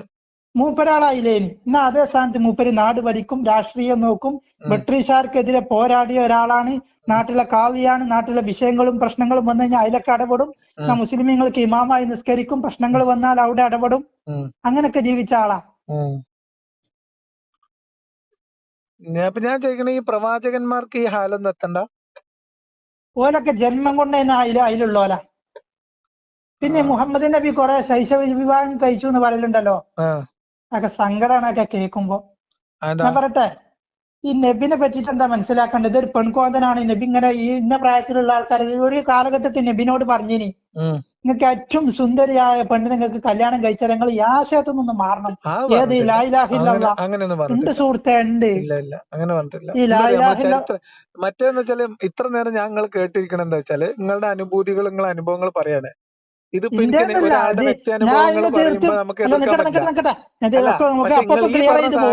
ഞാൻ പൂർണ്ണമായി അനുഭവിച്ചിട്ടില്ല. അത് ഒരാളുടെ കാഴ്ചപ്പാടുകൾ, ഇതിനെക്കുറിച്ചുള്ള ലിഖിതമായിട്ടുള്ള നിയമങ്ങൾ ഇല്ലാത്ത കാര്യങ്ങളെ കുറിച്ച് നിങ്ങൾ പറയുമ്പോൾ നമ്മളത് കേട്ടിരിക്കുകയാണ്. സൂഫിസത്തെ കുറിച്ച്. പക്ഷെ മുഹമ്മദ് നബി എന്ന് പറയുന്നത് ഒരു ഹിസ്റ്റോറിക്കൽ ആയിട്ട് രേഖപ്പെടുത്തി വെക്കപ്പെട്ട ആള്. മുഹമ്മദ് നബിന്റെ കല്യാണം കാര്യങ്ങളൊക്കെ തുടങ്ങി പറയുന്ന സ്ഥലത്ത്, അല്ലെങ്കിൽ മുഹമ്മദ് നബിക്ക് പണ്ട് കൊടുത്ത ഓഫർ എന്നൊക്കെ പറയുന്നത്, ഇതൊക്കെ ഹിസ്റ്റോറിക്കൽ ആയിട്ട് രേഖപ്പെടുത്തി വെക്കപ്പെട്ട സാധനമാണ്. അയിമ നിങ്ങൾ പറയുമ്പോ അതിൽ പാളിച്ച വന്നാൽ ഞാൻ പറയണ്ടേ? അല്ലെങ്കിൽ പിന്നെ ഞാൻ വെറുതെ നമ്മൾ വർത്താനം പറഞ്ഞ അർത്ഥമല്ലല്ലോ. അതായത് ഞാൻ മൂളി തന്ന ഞാൻ അംഗീകരിച്ചു എന്നായില്ലേ? ഞാൻ പറഞ്ഞത് മുഹമ്മദ് നബിക്ക് അവിടെ സുന്ദരികളായിട്ടുള്ള പെൺകുട്ടികളെ കെട്ടിച്ചു തരാം, സമ്പത്ത് വേണമെങ്കിൽ തരാം, അധികാരം വേണമെങ്കിൽ തരാം എന്നൊക്കെ പറഞ്ഞു എന്ന് പറയപ്പെടുന്ന ഈ സംഭവം, അത് മുഹമ്മദ് നബി ആ ആശയത്തിൽ നിന്ന് പിന്മാറാൻ വേണ്ടിയിട്ടേ അല്ല. അങ്ങനെ ഒരു തെളിവില്ല. അതാ ഞാൻ പറഞ്ഞത്. ഞാൻ കണ്ടിട്ടില്ല, നിങ്ങളുടെ പറഞ്ഞോളി, നമുക്ക് നോക്കാം. അത് പറഞ്ഞത് വേറെ ഉദ്ദേശത്തിലാണ് പറഞ്ഞിട്ടുണ്ട്. ഈ പറഞ്ഞ രീതിയിലൊന്നുമല്ല. അത് പറഞ്ഞത് അവരുടെ ദൈവങ്ങളെ ചീത്ത വിളിക്കാതിരിക്കാനാണ്. അവസ്ഥ നിങ്ങൾക്ക് മനസ്സിലായി. അതിന്റെ ഇടയിൽ കൂടെ ചില കള്ളന്മാരുണ്ട്. ഈ പച്ച ചുവപ്പ് ഇട്ടെടുക്കുക, അങ്ങനെ കപ്പായി, അങ്ങനൊക്കെ ഒരു ഐറ്റംസ് ഉണ്ട്. അപ്പൊ വെറും വസ്ത്രധാരണങ്ങളാക്കിയിട്ട് അങ്ങനെ കൊണ്ടിരിക്കണം. എന്നാൽ ചില ഉസ്താദുമാര് മഹാന്മാരെങ്ങനെ ധരിക്കണവരും ഉണ്ട്. അപ്പൊ ഇതൊന്നും നിങ്ങൾ നേരത്തെ പറഞ്ഞു ഇത് തിരിച്ചറിയാൻ കഴിയോന്ന്. ഇത് ആ കാറ്റഗറി, ആ ലെവലിലുള്ളവർക്ക് അങ്ങോട്ടും ഇങ്ങോട്ടൊക്കെ തിരിച്ചറിയാൻ കഴിയും. ഒരു സംസാരിക്കലുണ്ട്. അതേ സ്ഥാനത്ത് അതിന്റെ ഇടയിൽ കൂടെ ഇങ്ങനെ ഒരു ജദുബിന്റെ അവസ്ഥ വന്നാണ്, ഇങ്ങനെ റമദാന്റെ പകല് കഞ്ഞുടിച്ചണ അവസ്ഥ അങ്ങനെ ഉണ്ടാവും. ഒരു ഏത് ഒക്കെ അള്ളാന്ന് പറഞ്ഞു. നിങ്ങൾ നേരത്തെ പറഞ്ഞു, നമ്മൾ നേരത്തെ പറഞ്ഞു, ലേനം പറഞ്ഞാണ്ട്. ഹലോ, അങ്ങനെ ഒരു അവസ്ഥ ഉണ്ട്. അതേ സ്ഥാനത്ത് കള്ളന്മാരങ്ങനെ ചെയ്യണം, അങ്ങനെയുണ്ട്. ഞാൻ നേരത്തെ പറഞ്ഞു, ഉള്ളിൽ ഈ അവസ്ഥയിൽ ഹക്കുലേക്കിൽ എത്തിയിട്ട് പുറമെ അങ്ങനെ ഭാര്യ മക്കൾ അങ്ങനെയൊക്കെ ഉണ്ടായിട്ട് സുഖത്തിൽ കണ്ടാൽ തിരിച്ചറിയില്ല അങ്ങനത്തെ ആൾക്കാരെ. നമ്മളോട് മുണ്ടുണ്ടാവും, സംസാരിക്കുന്നുണ്ടാവും, പക്ഷെ ഉള്ളിൽ അവർക്ക് ഈ അവസ്ഥകൾ ഉണ്ടാവും ചെയ്യും. അങ്ങനെ പോണ ടോപ്പിലുള്ള ആൾക്കാർ അങ്ങനെയുണ്ട്. നിങ്ങൾ പറഞ്ഞു ഞാൻ നിങ്ങളും ഈ അവസ്ഥയിലുള്ള ആളല്ലേ എന്ന് വിചാരിച്ചു. നിങ്ങളെ വിദേഹത്തിന്റെ ഭാഷയിൽ നിങ്ങൾ പറഞ്ഞു. നിങ്ങളെ അടിത്തറങ്ങൾക്ക് അതിന് ക്ലിയർ ആക്കാണ്ടല്ലോ. എന്റെ അടിത്തറയിൽ എന്താ ഇപ്പൊ ഈ അവസ്ഥ നിങ്ങൾ പിന്നെ നിങ്ങൾക്ക് ഞാൻ ചോദിക്കണത്, ഒരാള് മുർത്തദ് ആവണമെങ്കിൽ അള്ളാഹുവിനെ പൂർണ്ണമായി നിഷേധിക്കണം, വേണ്ടല്ലോ? അള്ളാഹുവിനെ നിഷേധിക്കാത്ത ഒരാൾക്ക് മുർത്തദ് ആയിക്കൂടെ? അതിന് ദീനിൽ മുജ്മഉൻ അലൈഹിയായ ഹറാമായ സംഗതിന്റെ അതിനൊക്കെ നിഷേധിച്ചാൽ മുർത്തദാവും. വാജിബായ മുർത്തദാവുന്ന കാര്യങ്ങൾ ഏതൊക്കെ? മുർത്തദാവുന്ന കാര്യങ്ങൾ ഏതൊക്കെ? മുർത്തദാവുന്ന കാര്യങ്ങൾ എന്ന് പറയുന്നത് ദൈവത്തെ നിഷേധിക്കുക, നിർബന്ധമായി വിശ്വസിക്കേണ്ട ഏതെങ്കിലും ഒരു കാര്യത്തിൽ സംശയം പ്രകടിപ്പിക്കുക, അവിശ്വാസിയാവുക. ഏത് കാര്യം? അള്ളാഹു, ഈ മലക്കുകളൊക്കെ ഉണ്ടോ? അതൊക്കെ വെറുതെ പറയായിക്കൊന്ന് വിചാരിച്ചാ മതി. ജിന്നുകളിൽ നിന്നുള്ള വിശ്വാസം. ഞാൻ 12ാം ക്ലാസ്സിലെ പുസ്തകത്തിൽ വായിച്ചു. നിങ്ങൾ പറഞ്ഞോളി.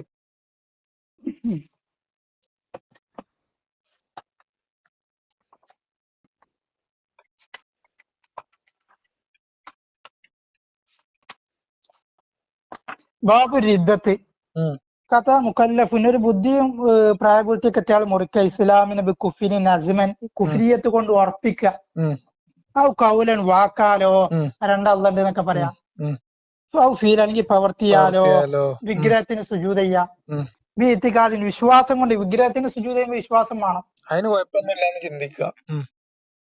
ആ അല്ല ഉം. വിഗ്രഹത്തിന് സുജൂത് ചെയ്തിന് അതിപ്പോ അങ്ങനെ ഒരു സുജൂത് ചെയ്യണമെന്നില്ലാന്ന് വിശ്വാസം ഉണ്ടായാൽ മതി. ആ വിഗ്രഹത്തിന് ഇപ്പൊ സുജൂത് അല്ലെങ്കിൽ ചെയ്താൽ എന്താ ചിലര് കുഴപ്പമൊന്നുമില്ല. അല്ലെങ്കിൽ ഒരു എന്താ പറയാ ഒരു മനുഷ്യരുടെ ബുദ്ധി എന്ത് പറഞ്ഞാലും ഇങ്ങോട്ടും ഒരു ഉം.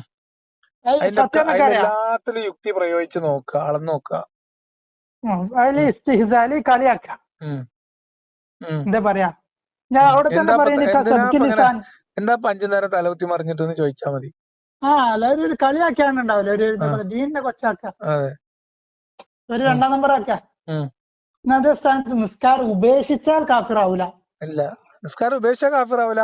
നിസ്കാരം ഒന്നും ഇപ്പൊ അത്ര വലിയ നിർബന്ധമൊന്നും ഇല്ല എന്ന് പറഞ്ഞ കാഫിറായില്ലേ? കറക്റ്റ്. ഇങ്ങോട്ട് നിസാരവൽക്കരിക്കണവർക്ക് പറഞ്ഞ കാഫിറായി. കാഫിറായി. അതുപോലെ സബ്കു ലിസാനായിട്ട് വന്ന് അപ്പൊ അതുകൊണ്ടൊന്നും ഞാൻ സംഭവിക്കും. നിങ്ങൾക്ക് കുറച്ചുകൂടി ഉദാഹരണം പറഞ്ഞുതരാം. അതായത് അള്ളാഹുവിനെയും ഖുർആാനിനെയും മുഹമ്മദിനെയും ഒന്നും നിഷേധിക്കാതെ, അതായത് ഈമാൻ കാര്യങ്ങളിൽ 5ഉം അല്ല 6ഉം വിശ്വസിച്ചുകൊണ്ട് തന്നെയും നോമ്പ് ഇപ്പൊ നമ്മള് ചേകനൂർ മൗലവി ഒരു ഉദാഹരണം, ആ അയാള് മുർത്തദല്ലേ? അതിൽ 2 പറഞ്ഞ കേക്കാം. ഉം. അദ്ദേഹം ഈ 5 വക്ത നിസ്കാരം 3 വക്താക്കി 3 നേരത്തേക്കാക്കിയൊന്നും കേൾക്കുന്നുണ്ട്. ഉം. ഇല്ല, മറ്റൊന്ന് അങ്ങനെയൊന്നുമില്ല. ഇല്ല. അദ്ദേഹം പിന്നെ അദ്ദേഹം പറഞ്ഞത് വെച്ചാല് റമദാൻ നോമ്പ് കൂലിപ്പണി എടുക്കണവർക്കും അല്ലാതെ ഓഫീസിലിരുന്ന് നല്ല സുഖസുന്ദരമായിട്ട് ജോലി ചെയ്യുന്ന ആൾക്കും ഒരേപോലെ എടുക്കാൻ കഴിയുന്ന സാധനം അല്ല എന്ന് പറഞ്ഞിട്ടുണ്ട്. ഒരു മിനിറ്റ്. ഉം.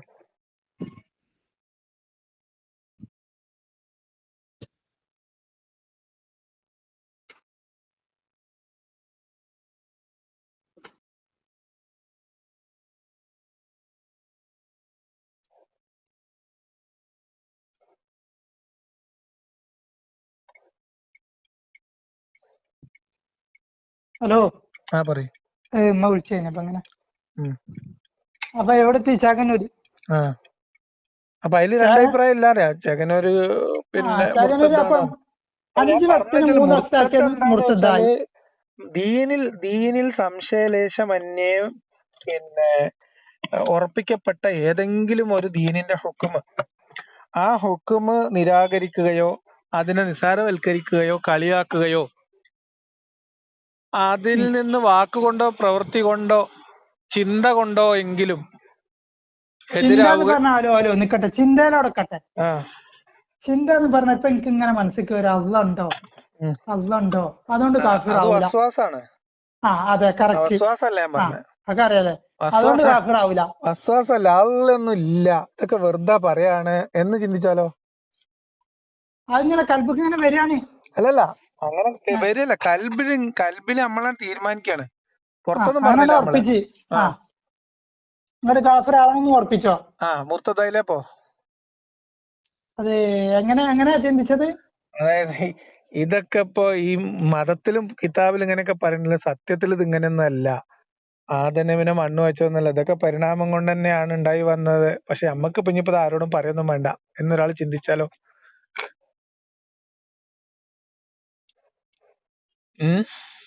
മുർത്തദയില്ലേ? അതൊന്നുമില്ല, അങ്ങനെയൊക്കെ ചിന്തിച്ചാല് ഇതൊക്കെ ഓരോ കാലത്ത് ആൾക്കാര് എഴുതിണ്ടാക്കിയ കഥയായിരുന്നു. നമ്മളിനിയിപ്പോ പറഞ്ഞിട്ട് വെറുതെ കച്ചറ ഉണ്ടാക്കണ്ട. വസ്വാസിന് മാഫുണ്ട്. വസ്വാസ് അതൊരു സംശയമാണ്. ഹദീസ് ഉണ്ട്. അപ്പൊ ഇങ്ങനെ വസ്വാസ് കുഴപ്പമില്ല. വസ്വാസ് വന്നാൽ നമുക്ക് 2 അസ്തഗ്ഫിറുല്ലാഹ് പറഞ്ഞിട്ട് വേണമെങ്കിൽ ഒന്നുകൂടി കലിമൻ ചൊല്ലി ഉറപ്പിച്ചാൽ മതി. വസ്വാസല്ല. അപ്പൊ ഞാൻ പറഞ്ഞത് വെച്ചാല് ഇങ്ങനെ എന്ത് വന്നാലും എന്ന് പറഞ്ഞാൽ ദീനിൽ സ്ഥിരപ്പെട്ട കാര്യങ്ങൾക്ക് വിരുദ്ധമായ കാര്യങ്ങൾ അഖീദയില് ഉണ്ടായാല്, നിങ്ങൾ അഖീദയിൽ മാറ്റം വരുത്തിയാല് നിങ്ങൾ മുർത്തദാവും. അപ്പൊ ഞാൻ മുർത്തദാവും. അപ്പൊ ഞാൻ അതാ പറഞ്ഞത്, വഹാബികളെ ഹുക്കും അനുസരിച്ച്, വഹാബി തൗഹീദ് അനുസരിച്ച് ഞാനും നിങ്ങളും മുർത്തദാണ്. ഞാനെങ്ങനെ നിങ്ങൾ ഏതെങ്കിലും വഹാബികൾ ചോദിച്ചോക്കി. അല്ല, നിങ്ങൾ എന്തിന്റെ അടിസ്ഥാനത്തിലാണ് ഞാൻ മുർത്തദാന്നുള്ള നിങ്ങൾ പറഞ്ഞത്? അല്ല, ഞാൻ പറയണില്ല. ഞാൻ പറഞ്ഞത് വഹാബി തൗഹീദിന്റെ അടിസ്ഥാനത്തില്. അതിപ്പോ നമ്മള് മക്കാമില് പോണോലൊക്കെ ഓൽക്ക് മുർത്തദേക്കാരം വല്യപ്പാനെ ചേർത്ത് ചെയ്താല്. അല്ല, അത് ശിർക്കാണ്. അപ്പൊ അത് ശിർക്കാണ്. സൂഫികൾ എന്ന് പറഞ്ഞാൽ ഇസ്ലാം ദീന്റെ പുറത്താണെന്ന പോലെ വാദം.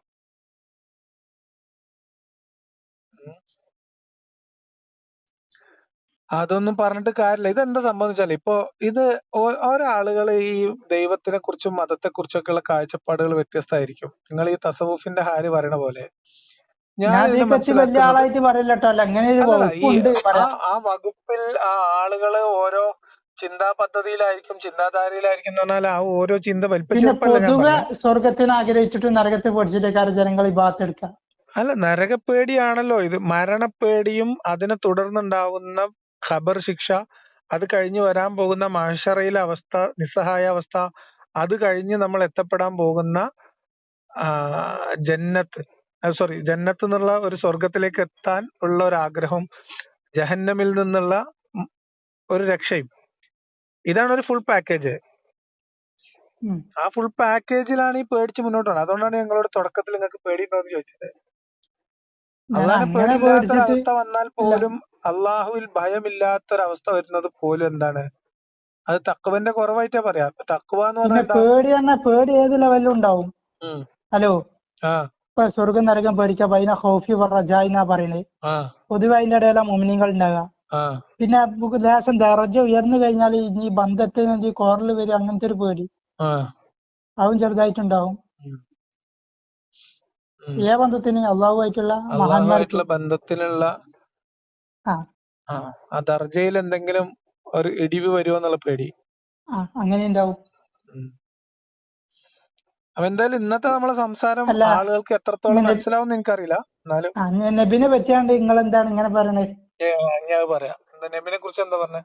നബിനെ നിങ്ങൾ കുറിച്ച് ഈ ഞാൻ പറഞ്ഞ ശൈശവ ഇത്ര വിവാഹത്തിനെ നേരം പറ്റി നിങ്ങൾ എന്താ പറയുന്ന മനസ്സിലാക്കി? തസവൂഫിന്റെ ഹാലും അതൊക്കെ നമ്മൾ പറയുമ്പോ അത് ഓരോ സൂഫികളുടെയും കാഴ്ചപ്പാടും അവരുടെ വിശദീകരണം ഒക്കെ വ്യത്യസ്തമാണ്. അപ്പൊ അത് കേട്ടിരിക്കും, ഞാൻ എല്ലാരും കേൾക്കാറുണ്ട്, അതേപോലെ നിങ്ങളും കേൾക്കുന്നു. പക്ഷെ നമ്മള് ഗ്രന്ഥത്തിൽ എഴുതപ്പെട്ട ചരിത്രത്തെ കുറിച്ച് പരാമർശിക്കുമ്പോൾ അതിൽ അവ്യക്തത ഉണ്ടാവാൻ പാടില്ല എന്നുള്ള കാര്യത്തിൽ എനിക്ക് ഉറപ്പുണ്ട്. കാരണം എനിക്ക് ബോധ്യമുള്ള കാര്യത്തിൽ ഞാൻ മൂളി തന്നാൽ ശരിയാവില്ലാത്തതുകൊണ്ടാണ് ഞങ്ങളോട് പറഞ്ഞത്.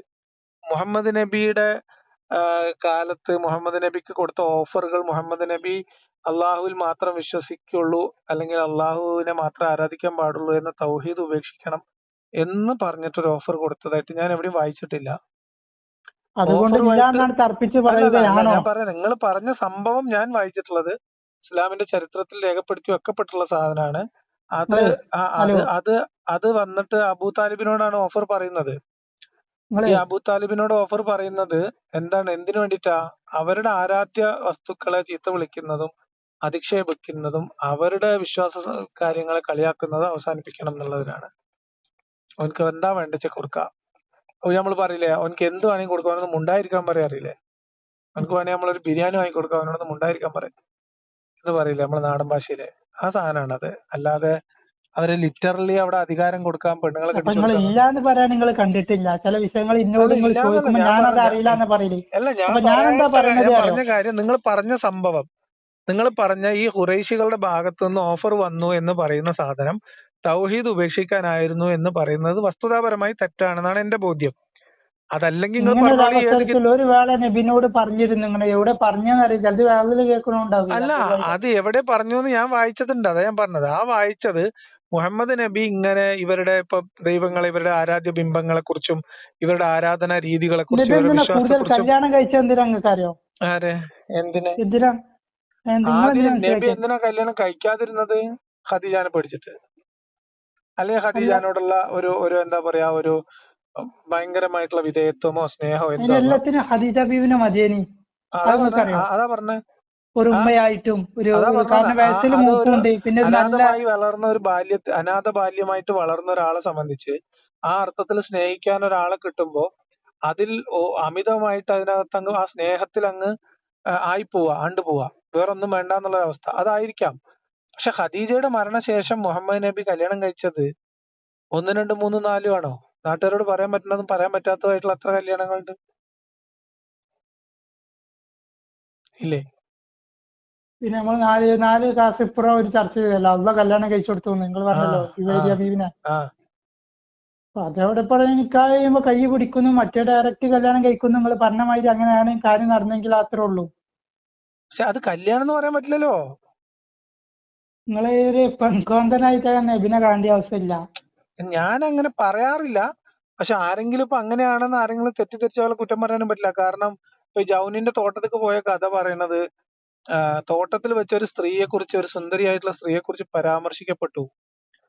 അപ്പോൾ ഇത്ര ഊക്കിയ വെള്ളി കൊടുക്കാമെന്ന് മുഹമ്മദ് നബി പറയുകയും അതില് സംസാരം ഉണ്ടാവുകയും അവസാനം ആ ആ, പറയപ്പെട്ട ഊക്കിയ വെള്ളിക്ക് പകരമായിട്ട് ആ സ്ത്രീയെ കൊണ്ടുവരാൻ ആളെ ഏർപ്പാടാക്കും ചെയ്യാണ്. ഒരു തോട്ടത്തിലോ അങ്ങാടിയിലോ ഇരുന്നിട്ട് ഇന്നോടത്തൊരു പെണ്ണുണ്ട് ഇത്ര റുപ്യ ഊക്കിയ മഹർ എന്ന് പറഞ്ഞാല് അങ്ങനെ എന്നാ പോയി കൊണ്ടുവര് എന്ന് പറയുന്നതിനെ നമ്മുടെ നാട്ടിൽ വേറൊരു രീതിയിലല്ലേ പറയാ. അതിനിപ്പോ നമ്മള് മഹർ എന്ന് പോലും അതിനെ വാക്ക് അതിനകത്ത് ഉപയോഗിച്ചിട്ടില്ല.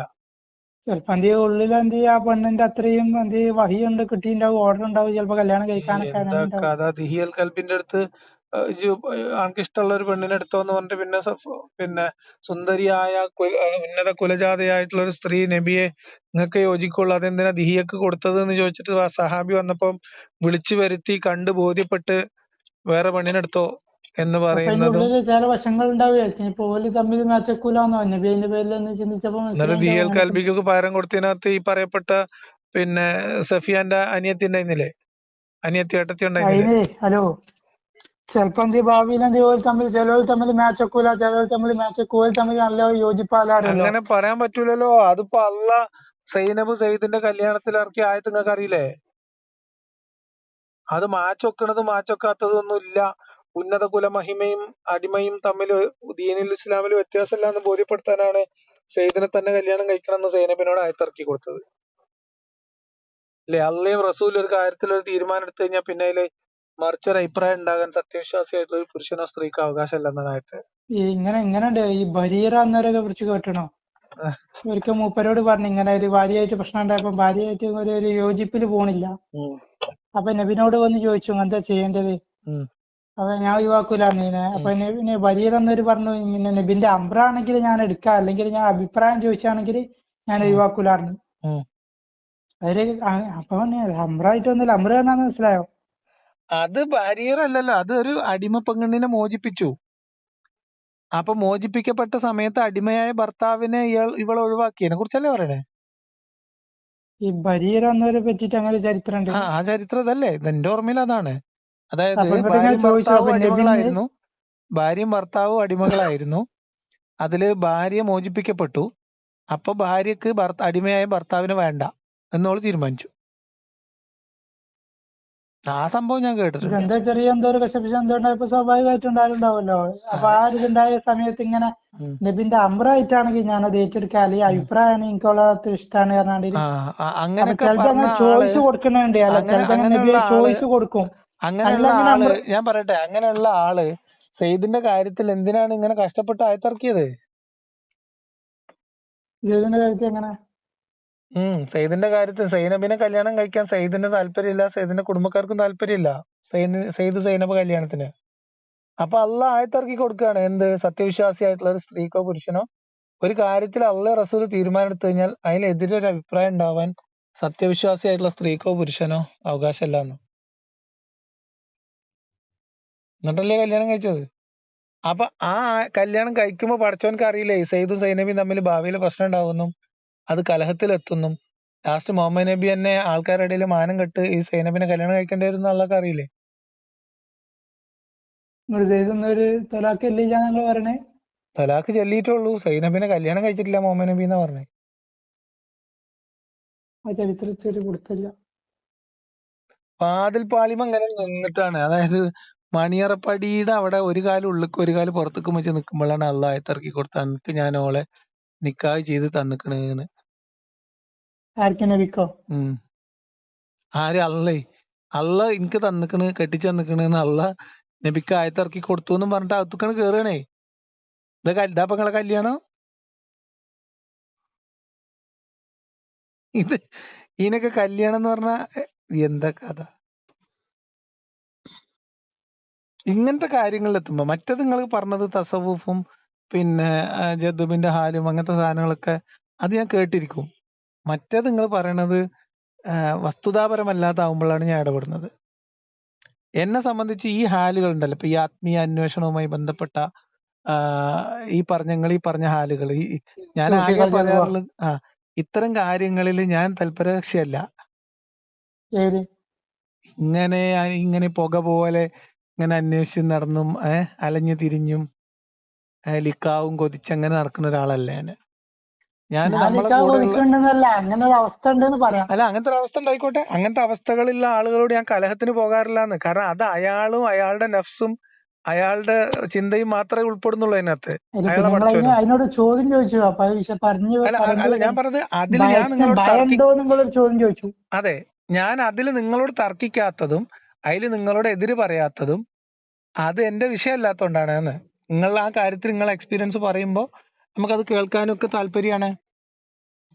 അതേ സമയത്ത് ഇങ്ങനെയുള്ള ചരിത്രത്തിലുണ്ട് എന്ന് പറയപ്പെടുന്ന ചരിത്രം എന്ന രീതിയിൽ എഴുതി വെക്കപ്പെട്ട സംഭവങ്ങളിൽ മുഹമ്മദ് നബിന്റെ കല്യാണം പോലുള്ള കാര്യങ്ങളിലൊക്കെ പറയുമ്പോ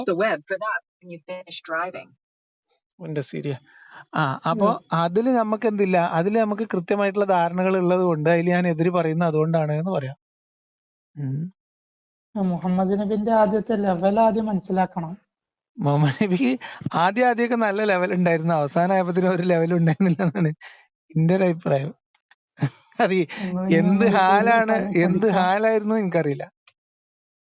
കൂടുതൽ പഠിക്കണം. നിങ്ങളും ഞാനും ഞാനെന്ത് പഠിക്കാൻ?